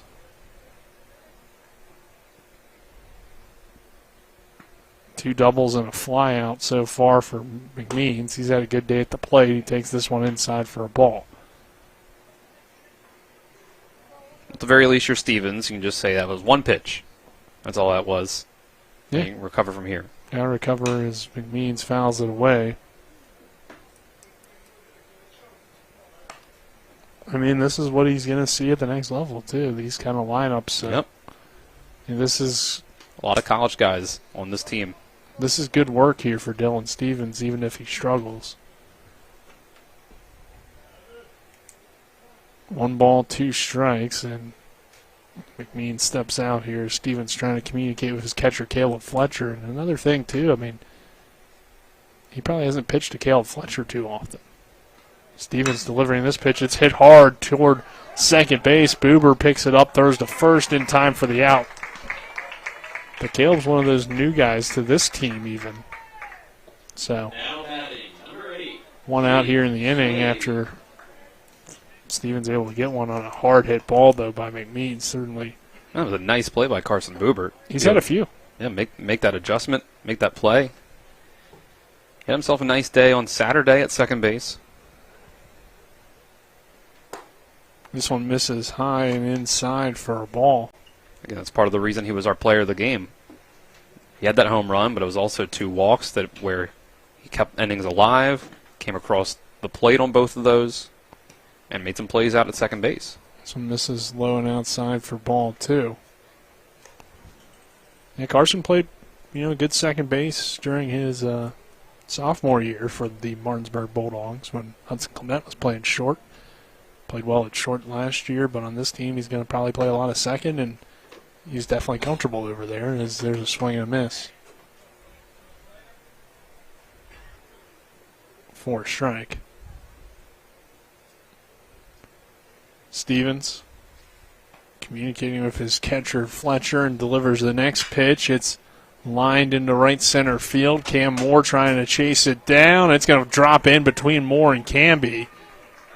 And that's a double there for Slade, and that's a rare situation when those two center fielder, or guys with a lot of speed. Cam Moore's never really played center, but good speed guys out there, and they both can't get to a ball. Don't see that very often. Right, that's just the perfect spot for that one to fall into. Especially, Jordan Canby can't get there. Yeah.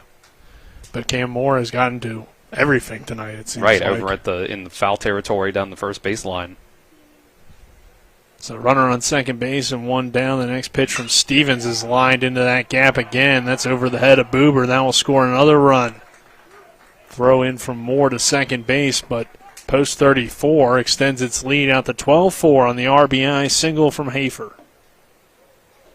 Now batting, number 15.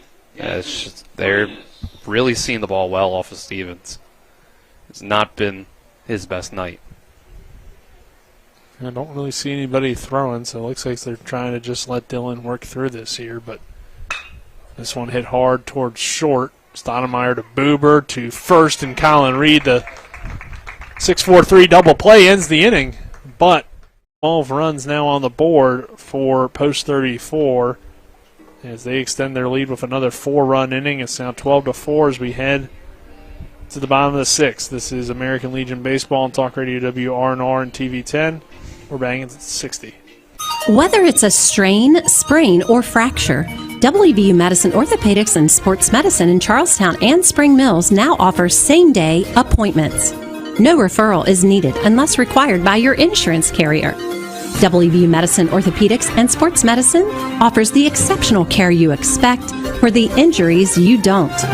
For same-day appointments at WVU Medicine Orthopedics and Sports Medicine, call 304-725-BONE.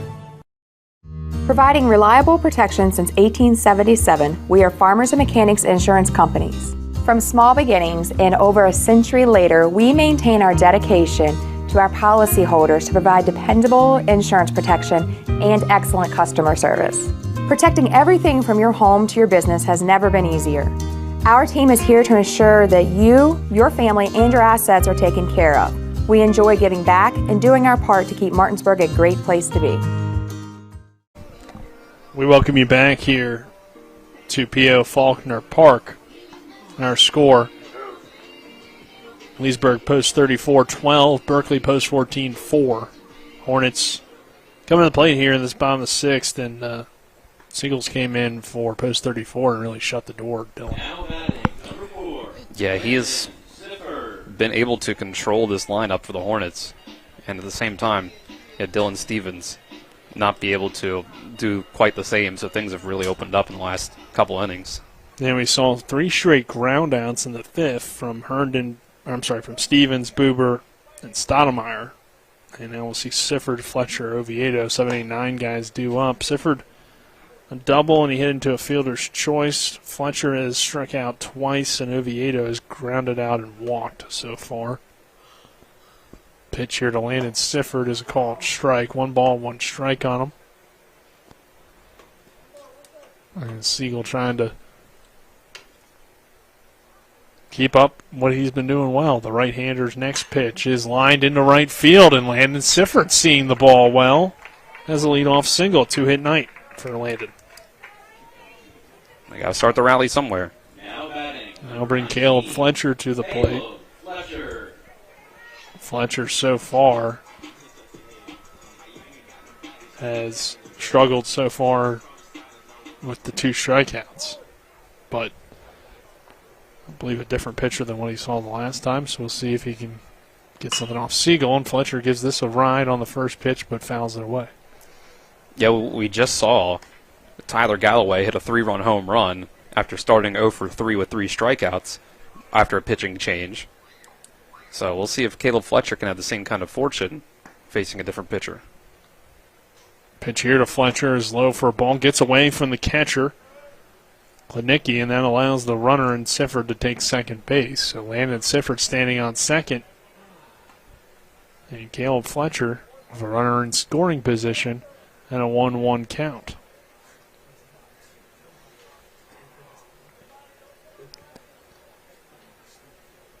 Next pitch to Fletcher is low for a ball. 2 balls, 1 strike. was able to work the count in his favor. Looks a little bit more comfortable in this at-bat than what we've seen against Burgess. Seeing the ball a little bit better. He's not chasing. Yeah, he was chasing a lot of those breaking balls against Burgess. A little more patient, disciplined this time around. The 2-1 to Fletcher, high for ball 3. So 3 balls, 1 strike, nobody out. Hornets not going down without a fight. 12-4 may be the score, but Berkeley's still trying to rally here in this bottom of the 6th. And, I mean, there is a lot of baseball left to be played. The next pitch from Siegel, missing outside for ball 4, and Fletcher works a walk. Now bring Braden Oviedo to the plate. Oviedo, a walk and a ground out so far. We saw Siegler throwing a lot of fastballs to Fletcher in that at-bat when it was the breaking balls that had the success for Burgess. Perhaps a lack of communication between pitchers and catchers in terms of the scouting of Fletcher to be able to say, hey, throw him some breaking balls. He's going to swing. Yeah, maybe Siegel, too, maybe just doesn't have the exact same control that Burgess had with his breaking balls. We've really seen majority fastballs here, and he missed with this pitch. So, if your fastball's not really hitting, it's hard to control that breaking ball typically. Is the pitch missing outside? We'll have a mound visit here, 1-0 count on Oviedo.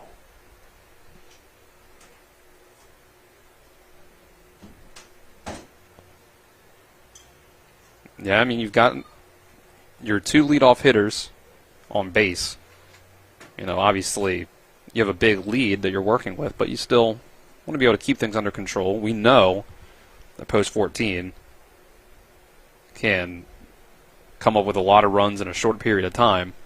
Like that second game of that doubleheader ended up scoring 11 runs, and it took them a while before they got any up on the board.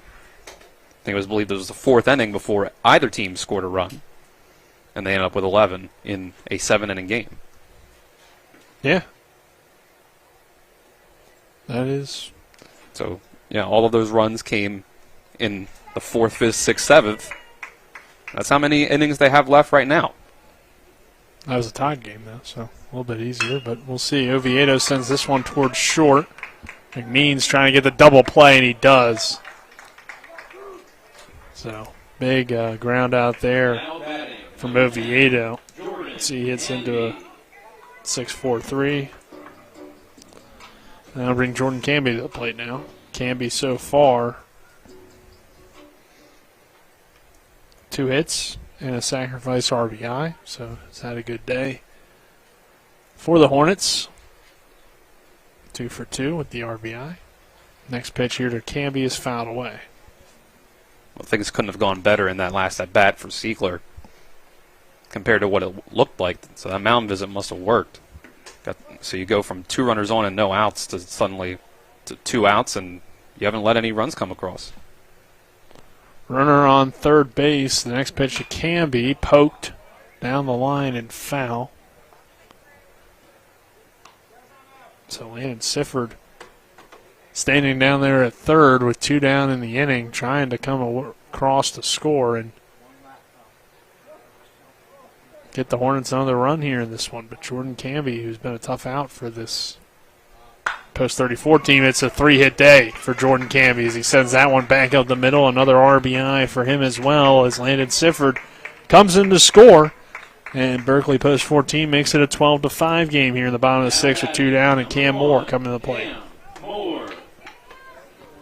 So definitely got to like what you've seen from Jordan Canby. He's now a home run away from the cycle. And, he showed that power off on Saturday. So if he gets another chance, then he could very well complete it. Pitch here to Cam Moore, missing outside for a ball. I already saw Baden Hartman go for the cycle on Saturday and came a triple shy of it. Right, just came up a couple feet short from it. Tried to go for that triple, even though it's pretty clear he wasn't going to get it. Pitch here to Moore, swing and a miss. But why not in a game that you were up by, 7 runs? Yeah, you're not going to have an opportunity to hit for the cycle too often. So. Yep. Tried to make a little matrix move as he slid into third, but it didn't quite work out for him. 2-0 to Moore. The next pitch, low for ball 3. Baden down at the North-South football game. So he had made that commitment back in the fall, and he's sticking to it, which I think, to his recruiting, if you're a coach out there, I mean, that shows that he's a committed kid. Yeah. Pitch here to Cam Moore. 3-0 counts. Not going to play football, I don't believe, at this point at the next level, but get an opportunity to play down there in the North-South game. That should be pretty fun for Baden, and not here tonight, but the pitch to Cam Moore is ripped towards second base, but it's right to the second baseman Hafer, and that will do it for the inning. We head to the 7th. And our score, Berkeley Post 14-5, Post 34-12. As Hornets trying to avoid any run rules or anything, they do get a run back. This is American Legion Baseball and Talk Radio WRNR and TV 10. My kids, you know I want the best for you, don't you? We need to have a conversation. End-of-life planning is no one's favorite discussion, but the relief of having everything in place when the hour of need arrives is a gift. Give it to your family. Plan ahead with us. Brown Funeral Homes, a leading provider of cremations, invites you to explore the many flexible options of cremation. From environmental considerations to the benefit of greatly reduced cost, it may be the perfect answer for your family. Online at brownfuneralhomeswv.com. Brown Funeral Homes, here for you. Not sure where to go or who to trust with your flooring project? And start with Trips Flooring, proudly serving the area for more than 25 years, specializing in floor sanding and refinishing, along with installation of new flooring, including hardwood, tile, vinyl, laminate, carpet, and the hottest trend in flooring, luxury vinyl, tile, and luxury vinyl plank. Are you on a budget? Check out their warehouse, cash and carry, or call 304-229-7009, or visit them online at tripsfloorsanding.com. We welcome you back here to P.O. Faulkner Park. Trevor Bohr coming on to pitch for the Hornets. Trevor threw the most innings last summer for Berkeley Post 14. We saw him on Saturday. We're going to see him again here today. The left-hander trying to stop the bleeding a little bit here and slow down this Post 34 offense that has been clicking all game. Had their issues in the middle innings, but last few innings starting to pull away in this one. So trying to keep it within reach for Berkeley Post 14. Right, yeah, he kind of struggled on Saturday in that second game, but at that point, it had already been pretty much decided. You know, it was up 11-3 in that game. So it kind of gave him some leeway to not have to pitch was as tight of stuff as he might otherwise. Yeah, he was kind of up and down, but overall, you saw some signs of the Trevor Bohr we saw during the high school season, and we saw a little bit of struggle. But he threw a lot of innings last summer, looking to do that again for this Berkeley team. And the first pitch from Bohr is lined out toward left center field. Jordan Canby gets there for the out. So Lee going down on first pitch swinging on a fly out, and that will bring Babu to the plate. Aaron Babu. That's a nice start for Bohr. Yeah, doesn't get much better than a first pitch, first out. Especially against Peyton Lee, who's had so much success today. Yeah. Trevor will be playing at Frederick Community College next spring. Long stare down here between Bohr and the batter, and stepping out will be Babu. Babu, a single back in the first, strikeout and a flyout for him on the day. And the lefty Bohr kicks and deals and hits the zone on the outside corner. Trevor Bohr, the Musselman Appleman product, one of the many Applemen on this team. The next pitch from Bohr, lined into right center field. Going after it is Cam Moore, and Moore makes the catch just shy of the warning track for the second out. So two flyouts to begin the inning for Bohr out of the pen. Mason Klodicki. Some Klodicki loud will come outs. to the plate. Some loud outs, but outs nonetheless. Yeah, I mean, you knew both of them were definitely in the park. Canby, one of those guys that can get to that first one. Maybe some guys don't get to that and that gets down, but that second one looked like a relatively routine play for Cam Moore out there, as this one's high for a ball, and we've seen the defense of him here tonight be phenomenal out there and right.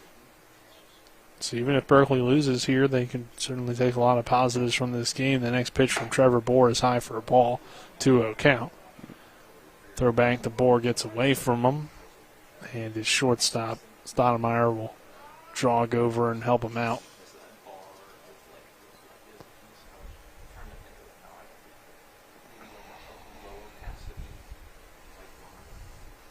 So Klinicki's had a nice day. 2 singles, an RBI, and a ground out for him so far.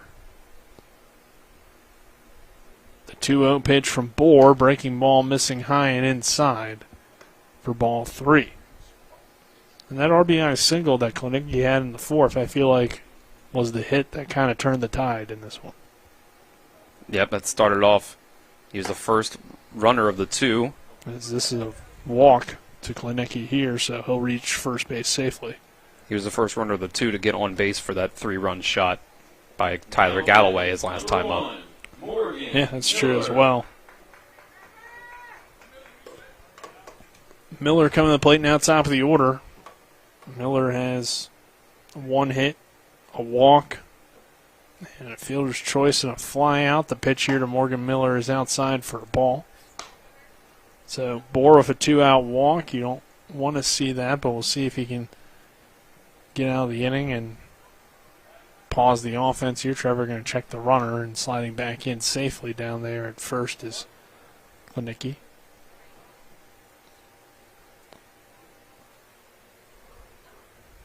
Next pitch from Bohr, the left-hander, is fouled away.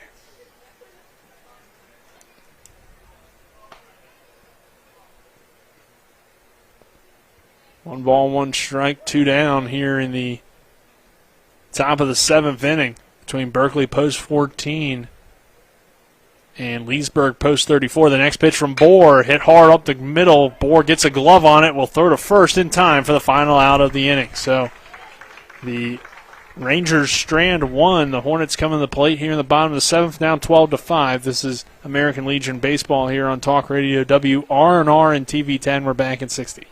With 4 new car dealerships and 4 used car dealerships in 3 states, Parsons is the largest used car and fastest growing new car dealer in the tri-state area. Take Parsons Ford with huge savings on hundreds of new Fords, financing from 0%. Parsons' goal of financing for all, and Parsons' famous above-market trade-in allowances that help make Parsons #1 for used cars too. See why so many won't buy anywhere but Parsons Ford in Martinsburg. We became #1 by making you #1 first. Parsons. Join us this summer for the thrill of American Legion Baseball on Talk Radio WRNR and TV10. The Berkeley Post 14 Hornets are the premier team in the area, and you don't want to miss 1 second of the action. The next pitch to Baden Hartman is cracked out to deep left field. That ball is going, gone! A 3-run homer! The Hornets begin their season on June 3rd. We'll have coverage all the way through the area tournament, July 18th through the 22nd at P.O. Faulkner Park. We'll give you back here to the bottom of the 7th inning. Berkeley Post 14 trailing 12-5 to Leesburg Post 34. Nick Verzolini alongside me, Dylan Bishop. Happy to have you with us. Our cameraman here tonight, Spencer Dupuis, and back in the studio, Colin McLaughlin, doing a great job for us as always. Back there is Colin.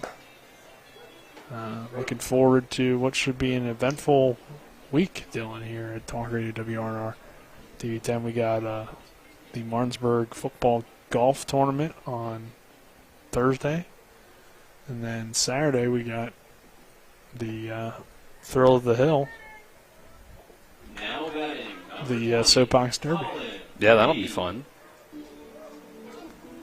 Not certain how or whose voice you'll hear during that, but last year I think, Dylan, you handled the majority of it. That was the first time I ever got on the mic.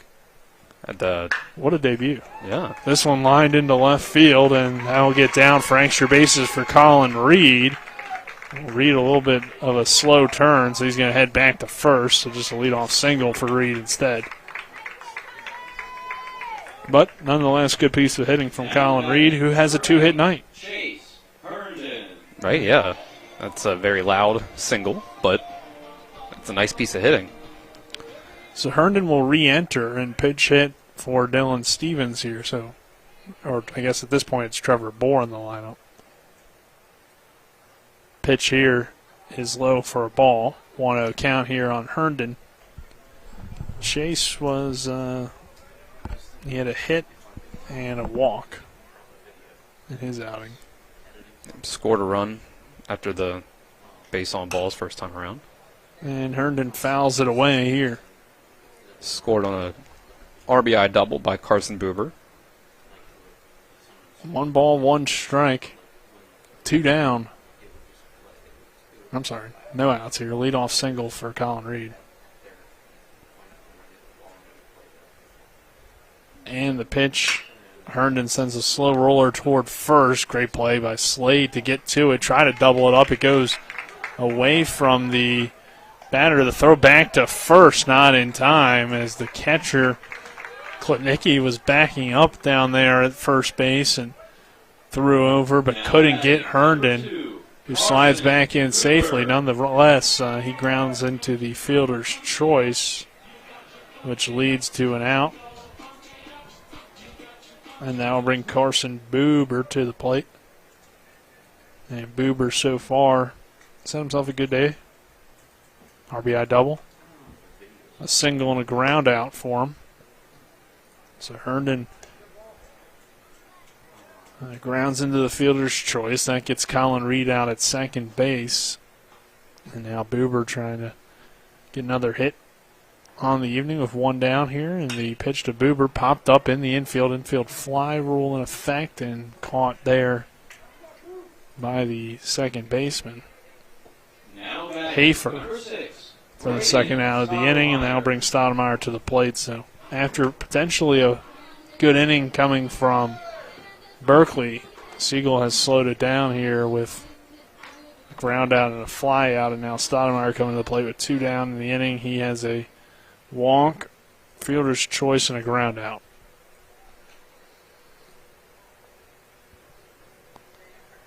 Runner on first is Chase Herndon, who reached on the fielder's choice. So see what Stoudemire can do here with now an 0-1 count as he fouls back the first pitch with 2 down. Got a lot of work to do. 7 runs with only 7 outs to work with. Next pitch, low for a ball. 1 ball, 1 strike.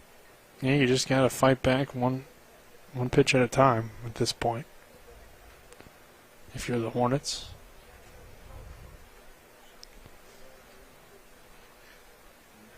Next pitch to Stoudemire. Popped up. Shallow left center field. Charging in is Galloway, and Galloway makes the play for the final out of the inning. We head to the 8th. It is post 34-12, Berkeley post 14-5. We're back in 60 seconds. This is Eric at Hancock Chevrolet. Over the last decade, the way we buy things have evolved. Now, you get on your phone, click Want It, and it shows up at your front door. At Hancock Chevrolet, it is that easy. We've changed the car buying experience on the I-81 corridor forever. And with a return policy better than Walmart, there's absolutely no reason to buy a new or used car, truck, or SUV anywhere else. Just like Amazon, Hancock Chevrolet will deliver the vehicle to you, where you are, and on your time. And if you don't want it, return it. No questions asked. Why waste your time in a car dealership playing the dumb back and forth games? Besides, we hate it more than you do. I assure you, no dealership from Winchester, Virginia to Washington, D.C. will beat our price. No dealership from Cumberland to Baltimore, Maryland will beat our price. And no other dealership will allow you to return it if you don't want it. Hancock Chevrolet absolutely provides the best experience at the best price. Visit HancockChevy.com to schedule your VIP experience. Click on the vehicle you want, and your new ride will be delivered to you at no risk. See dealer for details.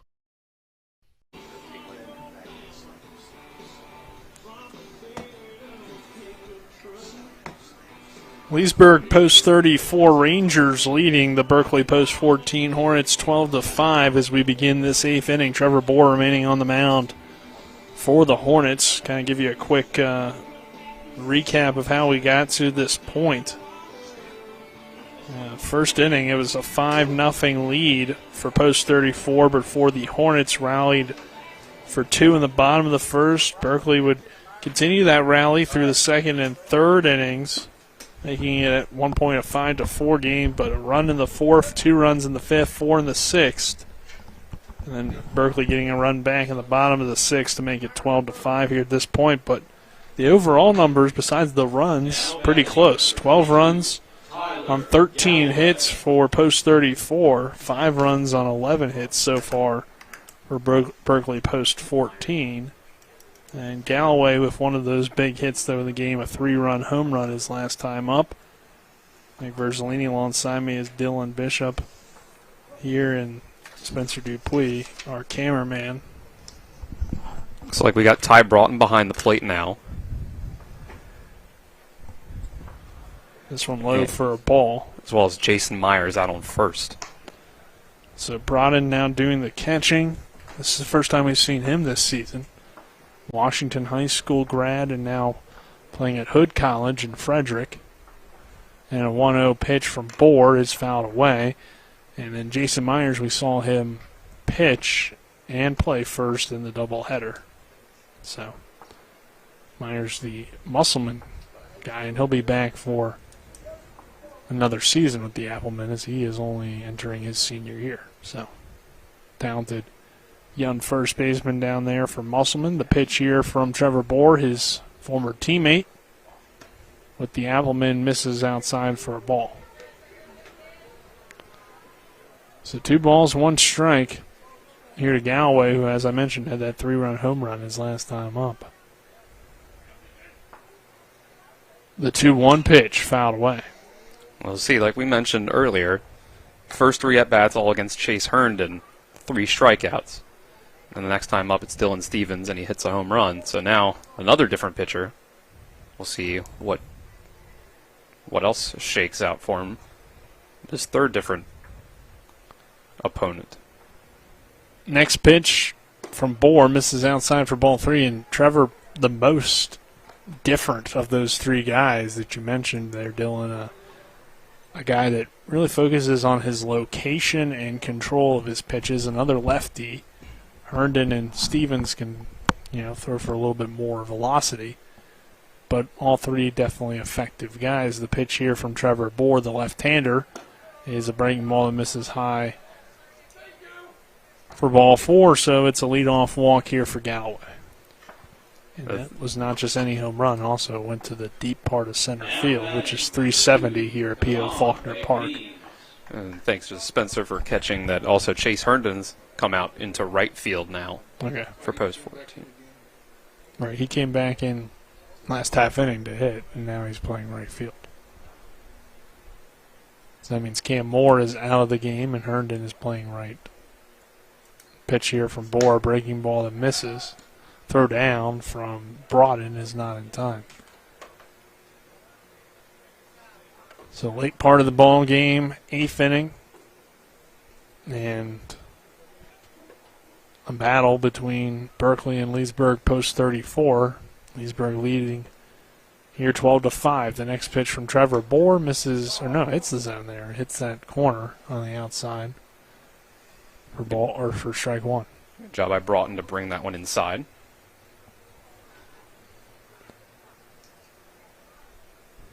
McMeans has had a good night. 2 doubles for him. A fly out and a ground out. And Bohr throws over, not in time, to Galloway, sliding back in safely, the center fielder out there. He reached on a leadoff walk here to begin the inning. And the next pitch, high and outside for a ball. 2-1 count. Bohr trying to work through this inning and probably limit the Hornets pitchers used here tonight as this one fouled away. Of course, early in the year trying to get those arms ready for what Berkeley post 14 hopes is a deep run in the playoffs this year. 2 balls, 2 strikes, no outs, runner on first. The next pitch from Bohr is fouled away. So Trevor Bohr battling here in this 8th inning of work.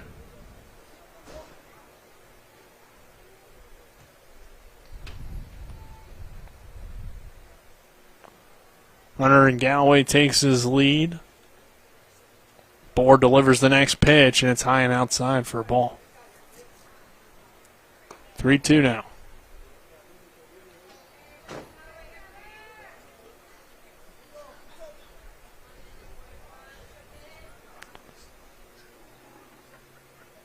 Bohr checks the runner and delivers the next pitch on 3-2. Runner takes off, but it will be ball 4. So back-to-back walks here to Galloway and McMeans.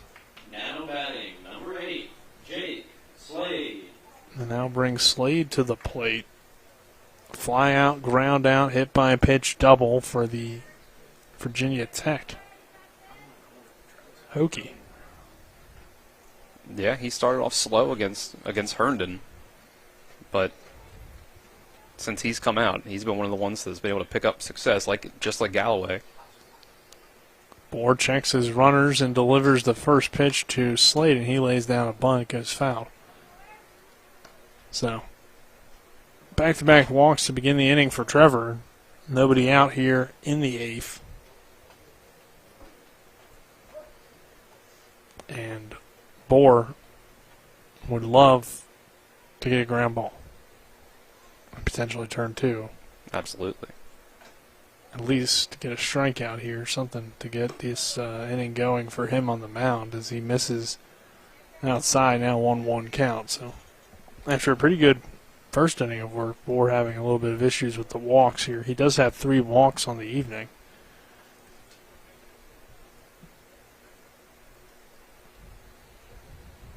Next pitch from Bohr, runs inside and hits Slade, so the bases are loaded. Second time being hit today by Slade. He was hit back in the 5th. Now this is an important situation here for the Hornets, because now Slade on first base, if he's able to come across, it'll make it a 10-run game, and you're already down to 6 outs remaining, and potentially you get down by 10, that could turn into only having 3 outs left if you can't put up any runs in the bottom of the 8th. All right, so we'll see what Hafer can do. He has an RBI single, a pair of RBI singles, I should say, a strikeout and sacrifice, and the first pitch missing low. So Bohr trying to work through this. I'm sorry, mound visit there before the pitch was thrown. So the next pitch here from Bohr is lined right to the second baseman, Buber, and he has made the play for the first out. So that's step 1. You get that line out there, and Hafer is retired on a hard hit ball. And now a ground ball to the right spot can get you out of this clean. So Freitas coming to the plate. He has a walk, ground out, a double, an RBI double that is, and another ground out. Grounded into a 6-4-3 double play last time up. And that would be exactly what Trevor Bohr would like here. You see Stottlemyre keeping a little bit of a close watch on Kevin McMeans on second, opening up a little bit more of a hole on that left side. Sure, yeah. Kind of interesting when the base is loaded. He now works his way back toward double play depth, so still a big gap, but maybe one he can get to. The pitch here from Bohr is high for a ball. 1-1 count, excuse me. If you're watching on TV 10, you can see he kind of takes a couple steps towards second base. Yeah, just kind of holding the runner a little bit. Holding the runner a little bit. But still, that would make a play to the left side a little bit more difficult. The 1-1 with 1 down. Called strike 2. Nice pitch there from Trevor Bohr to Freitas. Freitas would like to come through and get his team some more runs. But Trevor Bohr trying to make certain that does not happen. 1 ball, 2 strikes, 1 out. Bohr kicks, steals, and delivers, and that one lined foul down the first base line and out of play.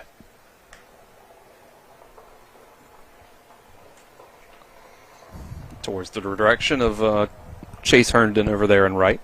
Hasn't had to make a play quite yet. Yeah, Cam Moore made some fantastic plays out there in right field. Herndon coming in now to play the position late in the ball game. The next pitch from Bohr, the lefty, missing outside for ball 2. He had a pitch to work with there, ahead in count. Back to even now.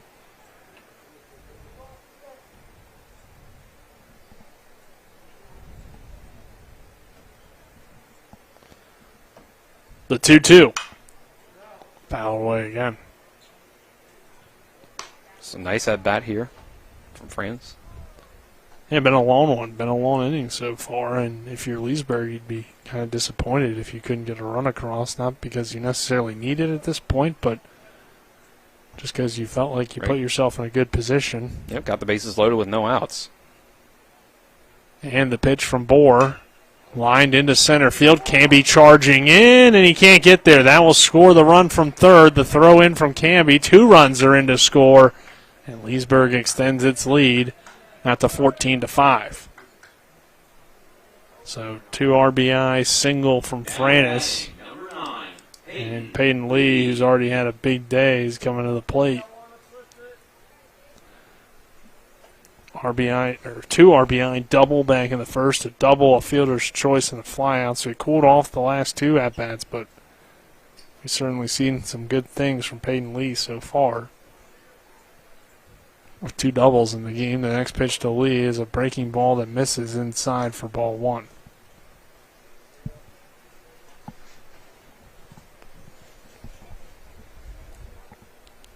Just 1 out still in the inning as well.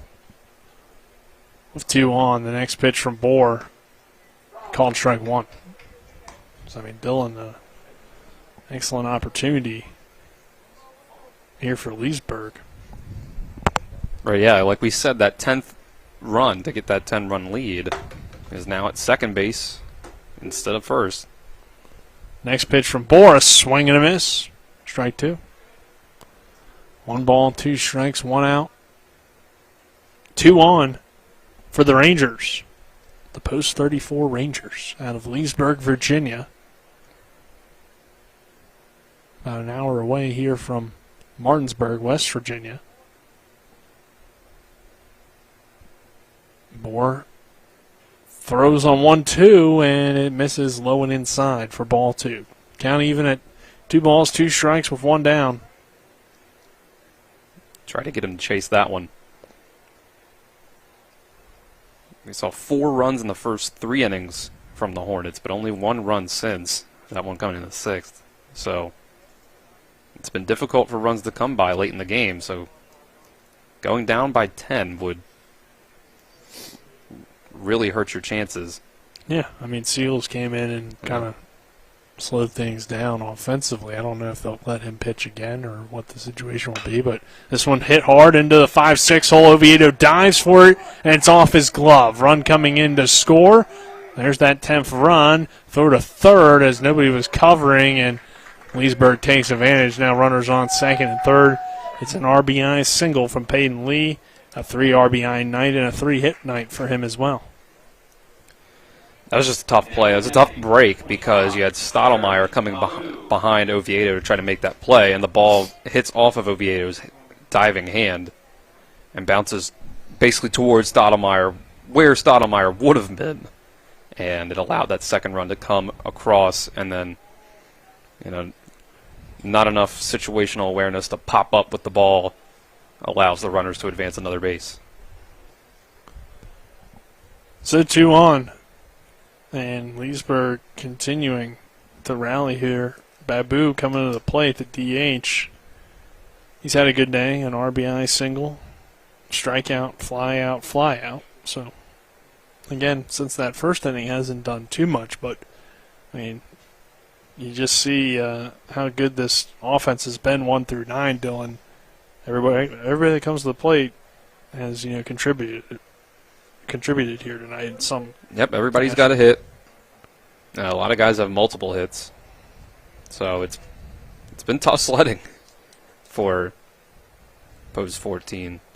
But these are the kind of games that you sign up for Legion to play. I mean, you don't always want to, or you like those games where you go out and you win, obviously, 11-4 or 11-3 or whatever the case may be. But these type of challenges and these kind of opponents is what's going to really help you when it comes to your recruiting, if you're still looking to get recruited, or in your college season. Right, yeah, it's your tough competition. You play it for a reason, even though you're not going to win them all. It helps in different ways. 0-1 pitch here to Babu from Bohr is crushed to deep left field. And that one is off the wall there in left. So the park holds, but another run coming in to score, and Babu has an RBI double on that one. So Babu had been the only player in the Leesburg lineup to not get on base twice in this game. He was one of two with only one hit, with Jake Slade getting on twice. Well, with Jake Slade getting on 3 times, but 2 of them being hit by pitches. Right, Galloway with just the home run. He has a walk as well. Right. To lead off this inning, this big 8th inning. Here it's 16-5 now our score. And Klinicki coming to the plate. And still only 1 out. So it can make this 8th inning a lot tougher. Like we said, now we're at a situation where you need to score runs in the bottom of the 8th to even get to the bottom of the 9th. This one hit on the ground towards second. Buber comes up throwing to first in time for the out. But another run coming in on the sacrifice ground out. Or I should say, I guess. Yeah, sacrifice ground out RBI there for Klinicki. And he's got another RBI. And Miller now coming to the plate as it is 17-5. Leesburg Post 34. And the pitch from Trevor Bohr. Swing and a miss. Strike 1. That was a good pitch for sure. It's a nice recovery to start off this at bat. Miller's been a tough out today. Yeah, just 1 hit, but he's got a walk, and he's made contact every single time. He hasn't gotten walked, as this one's low for a ball. So Bohr trying to get out of this inning, trying to give his team still a chance here in the bottom half to keep it going at the very least. As the next pitch from Bohr is a called strike on the outside corner. Now 2 down, or 2 strikes here. 1 ball, 2 strikes, a runner on third base, and 2 outs. The lefty, Trevor Bohr, looks into his catcher, Ty Brodden, and delivers the next pitch. And that's a swing and a miss, strike 3. Bohr ends the inning with the strikeout. And we will head to the bottom of the 8th with Berkeley Post 14 needing some runs. 17-5 our score, trying to avoid a run rule. This is American Legion Baseball and Talk Radio WRNR and TV 10. We're banking 60. Mommy, where does flavor come from?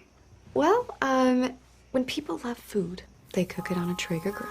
Meat, corn, even pie. And then the Traeger does the rest, which brings everyone to celebrate this beautiful thing that they've created. Because when you share delicious food with your friends, that's the flavor of life. Shop now and save at Orsini's today.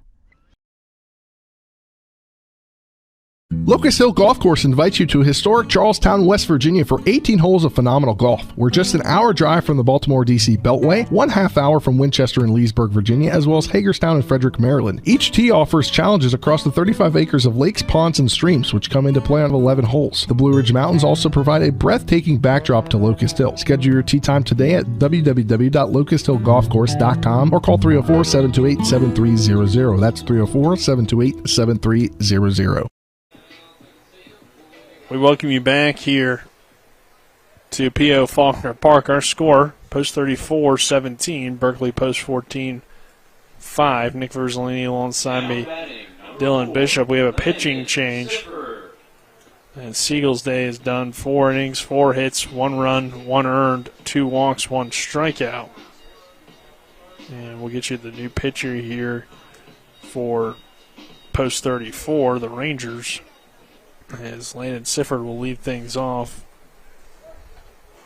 And it's now in the ball game for the Rangers. It's number 4. We don't have an actual numbered roster, so we'll have to wait until they update that. But first pitch, strike. The next pitch here is high for a ball. So you need 3 runs before you get 3 outs to be able to get to the 9th inning. It's going to be Harris now doing the pitching for the Rangers. This one fouled away by Sifford, and looks like it hit off a part of a bat, which caused a kind of a sting for Landon in his hand. So we'll shake that off. And sits in here on a 1-ball, 1-strike count to lead off this bottom of the 8th. As Dylan mentioned, Hornets trying to avoid a run roll. This one poked and foul. Sifford so far, he's been the guy to get you started if you're trying to get those 3 runs, Dylan. A double, a single, and a fielder's choice for him on the day. So productive day at the plate so far for Landon Sifford. The 1-2 misses high and inside for ball 2. So Harris trying to secure the win for his Leesburg post 34 Rangers. I believe this is their first game of the season. It's a strong start for them. That's for certain. And the 2-2. Lined into right field by Sifford. He slips coming out of the batter's box, but nonetheless, it's a long fly out there to Francis out there, and down goes Sifford for out number 1 with a fly out.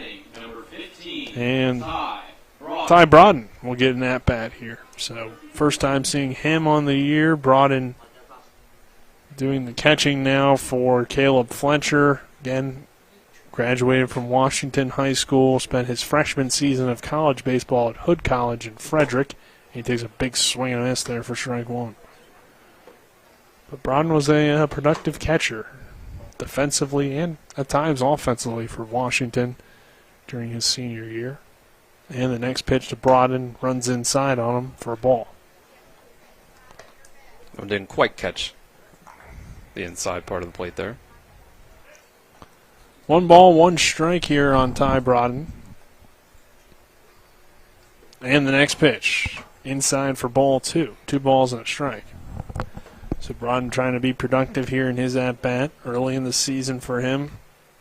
Fletcher had a tough night at the plate. A pair of strikeouts and a walk, a swing and a miss there for Brodden. Well, hey, look, you take your lumps early in the season, facing some tough competition. It's going to happen. It's bound to happen eventually. You're going to run into some areas with a lot of talent. You just learn from it and move on. Brodden lifts this one out toward left center field, and making the play on the run is Peyton Lee, and now 2 down. Yeah, I mean, this team is going to be fine. Leesburg, we knew they'd be pretty good. They got some D1 guys. Berkeley has a lot of committed guys, but mainly at the D2, D3 level. The only D1 commit they have right now is Lane DeLauder to JMU, and Lane's not with the team right now. So, yeah, I mean, it's a matchup at different levels of really talented teams. Nothing to be ashamed about. I think this team battled here tonight for the most part. Just, ran into a really good team, and that happens sometimes. Oviedo trying to keep things going for the Hornets as he swings and misses for the first strike. The next one misses low for a ball. 1-ball, 1-strike, 2 down. Braden, a walk, a pair of groundouts. I mean, this might be one of the better teams the Hornets see all season, or it will be probably one of the better teams they see this season. As I don't know if it will necessarily be the best, but definitely up there, I would presume. As Oviedo fouls it away. 1 ball, 2 strikes. And then they'll see some other good teams when they head to the tournament down there in Virginia Beach. And, of course, in Morgantown coming up, they'll see some good competition there as well. The 1-2 pitch, missing outside for a ball, 2 balls, 2 strikes. But like I said, it's not all about wins and losses when you're playing Legion. I mean, obviously you want to win anytime you step on the field, but it's about getting better for the next level or for your next high school season. Next pitch here from to Oviedo, hit hard up the middle. Most shortstops aren't going to make that play at the high school season, but McMeans gets to it for the final out of the inning, and what should be the final out of the game as the run rule is in effect, and the two teams will shake hands. Our final score, Post 34-17, Berkeley Post 14-5. Dylan, your thoughts on this one before we hit a quick break and then get into a post game? Well, it was just a whole lot of talent across the lineup of this Post 34 team. It was just, you had some early struggles from Chase Herndon. He settled in nicely, but then things kind of unraveled against this really great lineup. It was just tough to keep them contained for 9 innings. I don't know what you two are doing over there, but anyway. Spencer was trying to get a bug off the production switcher, and now it's running wild. Yeah. Mayhem here in the press box, but I don't know what that bug is. But anyway, we're going to take a 2-minute break, and we will head into the post-game show. This is American Legion Baseball here on Talk Radio WRNR and TV10. We're back in 2 minutes with the post-game. With 4 new car dealerships and 4 used car dealerships in 3 states, Parsons is the largest used car and fastest growing new car dealer in the tri-state area. Take Parsons Ford with huge savings on hundreds of new Fords, financing from 0%, Parsons' goal of financing for all, and Parsons' famous above-market trade-in allowances that help make Parsons #1 for used cars, too. See why so many won't buy anywhere but Parsons Ford in Martinsburg. We became #1 by making you #1 first. Parsons. Hi, I'm Ron Springer, head golf professional at The Woods. If you're a golfer who loves fun and competition, get your friends together and enter one of the many fundraising tournaments held at The Woods. You and your group may qualify to play in the area's premier golf event, the Tournament of Champions. The winning team will receive individual prizes as well as a cash prize for the organization they represent. For a list of qualifying tournaments, see ads in Around the Panhandle magazine and the Journal. For a list of rules and regulations, visit thewoods.com or contact me, Ron at thewoods.com. Jambo Construction and Fencing Company, LLC, is a veteran-owned and operated company right here in the Eastern Panhandle of West Virginia that specializes in decks, fencing, and hardscaping. Find us on Facebook at Jambo Construction and Fencing to see more of the projects we've completed. For a free estimate, you can call Bo Bartley at 304-268-5452 or Jamie Gall at 304-279-5053. We are licensed and insured in the state of West Virginia, and as Martinsburg alums, we say, Go Bulldogs.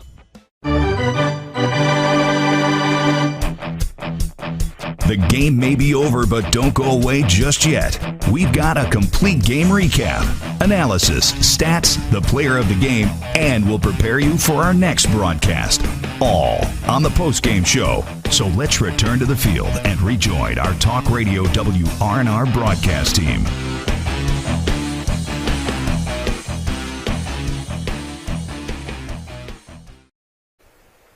We welcome you in here to the post-game show. Our final score, Post 34 Rangers 17, Berkeley Post 14 Hornets 5.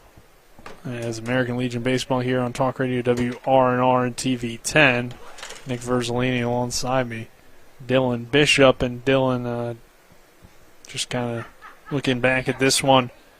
Hornets trailed 5-2 after the first inning. They got down 5-0 early, had that battle back, had some good middle innings in there, picked up a run in the second, picked up a run in the third, but then the 4, 5, and 6 innings going in the way of Post 34 and leading them to this 17-5 victory.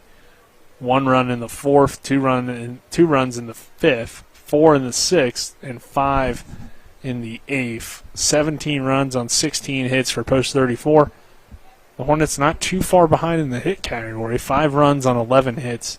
Overall, some good things, some bad things, but And this was a really good matchup, or a really good team on the other side, post 34. Not to say that Berkeley isn't a good team. They are a good team, but kind of different levels of their competition here. And, tough loss, but some positives in this one as well, I think, for the Hornets.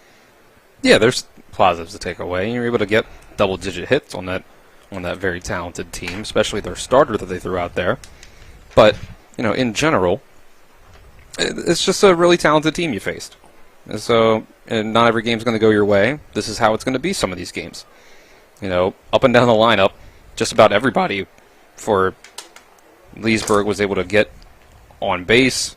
Everybody did get on base at least once. I think every player in the lineup got on base twice, actually. And if I'm going up and down the roster, 1, 2, 3, 4, 5, 6, 7 guys had RBIs for Leesburg. So it's just one of those days, It wasn't your day. Played a good team. Yeah, like you said, Dylan, everybody got at least one hit. The extra base hits coming from McMeans. He had 2, League with 2, Babu with a double, Slade with a double, and a home run from Galloway. He had a 3-run home run. Then on the pitching side for post 34, 3 innings for Burgess, 7 hits, 4 runs, 4 earned, 3 walks, 2 strikeouts. Siegel gets the win on the mound, 4 innings, 4 hits, 1 run, 1 earned, 2 walks, 1 strikeout. Harris goes 1 inning out there. No strikeouts, no walks, no hits given up for him as well. For the Hornets, hits coming from Camby, 3 of them, 2 RBIs as well. Cam Moore gets 1 with an RBI. Colin Reed gets 2 hits with a run scored. Herndon goes 1 for 1 with a run scored and a walk. Stevens doesn't get a hit. Bohr doesn't get a hit. Boober gets 2. Steinmeier hitless. Sifford 2 hits. Fletcher hitless. Broaden hitless and his 1 at bat. And Oviedo goes 0 for 3. Chase Herndon 4 innings, 6 hits, 6 earned, 2 walks, 5 strikeouts. Slow start for him, but he recovered in those middle innings. Dylan Stevens 2 innings, 7 hits, 6 earned, no walks, no strikeouts. And Trevor Bohr 2 innings, 3 hits, 5 earned, 3 walks, 1 strikeout. And that pretty much does it here for us. Our final score, post 34, 17, Berkeley post 14, 5. Hornets fall to 2-1 on the year. Leesburg goes to 1-0. We will be back on the air on Saturday for an athletic event when we have the Soapbox Derby. And then the Hornets are back in action tomorrow, and then they have a trip to Morgantown. They'll be at Potomac tomorrow, Potomac Valley, and then head to Morgantown. And then we will have them back on the air on Wednesday the 14th when Post 64 returns the visit to the Eastern Panhandle. So looking forward to that one. But for Spencer Dupuis, Kyle McLaughlin back in the studio, Dylan Bishop, I'm Nick Verzolini saying so long here from P.O. Faulkner Park. Have a good night, everyone, and we'll be back on the Sports Mix tomorrow at 12 o'clock. You've been tuned into American Legion Baseball for the continued excitement of high school, college, and Major League Baseball. Keep it tuned to 106.5 FM, AM 740, Comcast Cable Channel 10, and online at talkradiowrnr.com.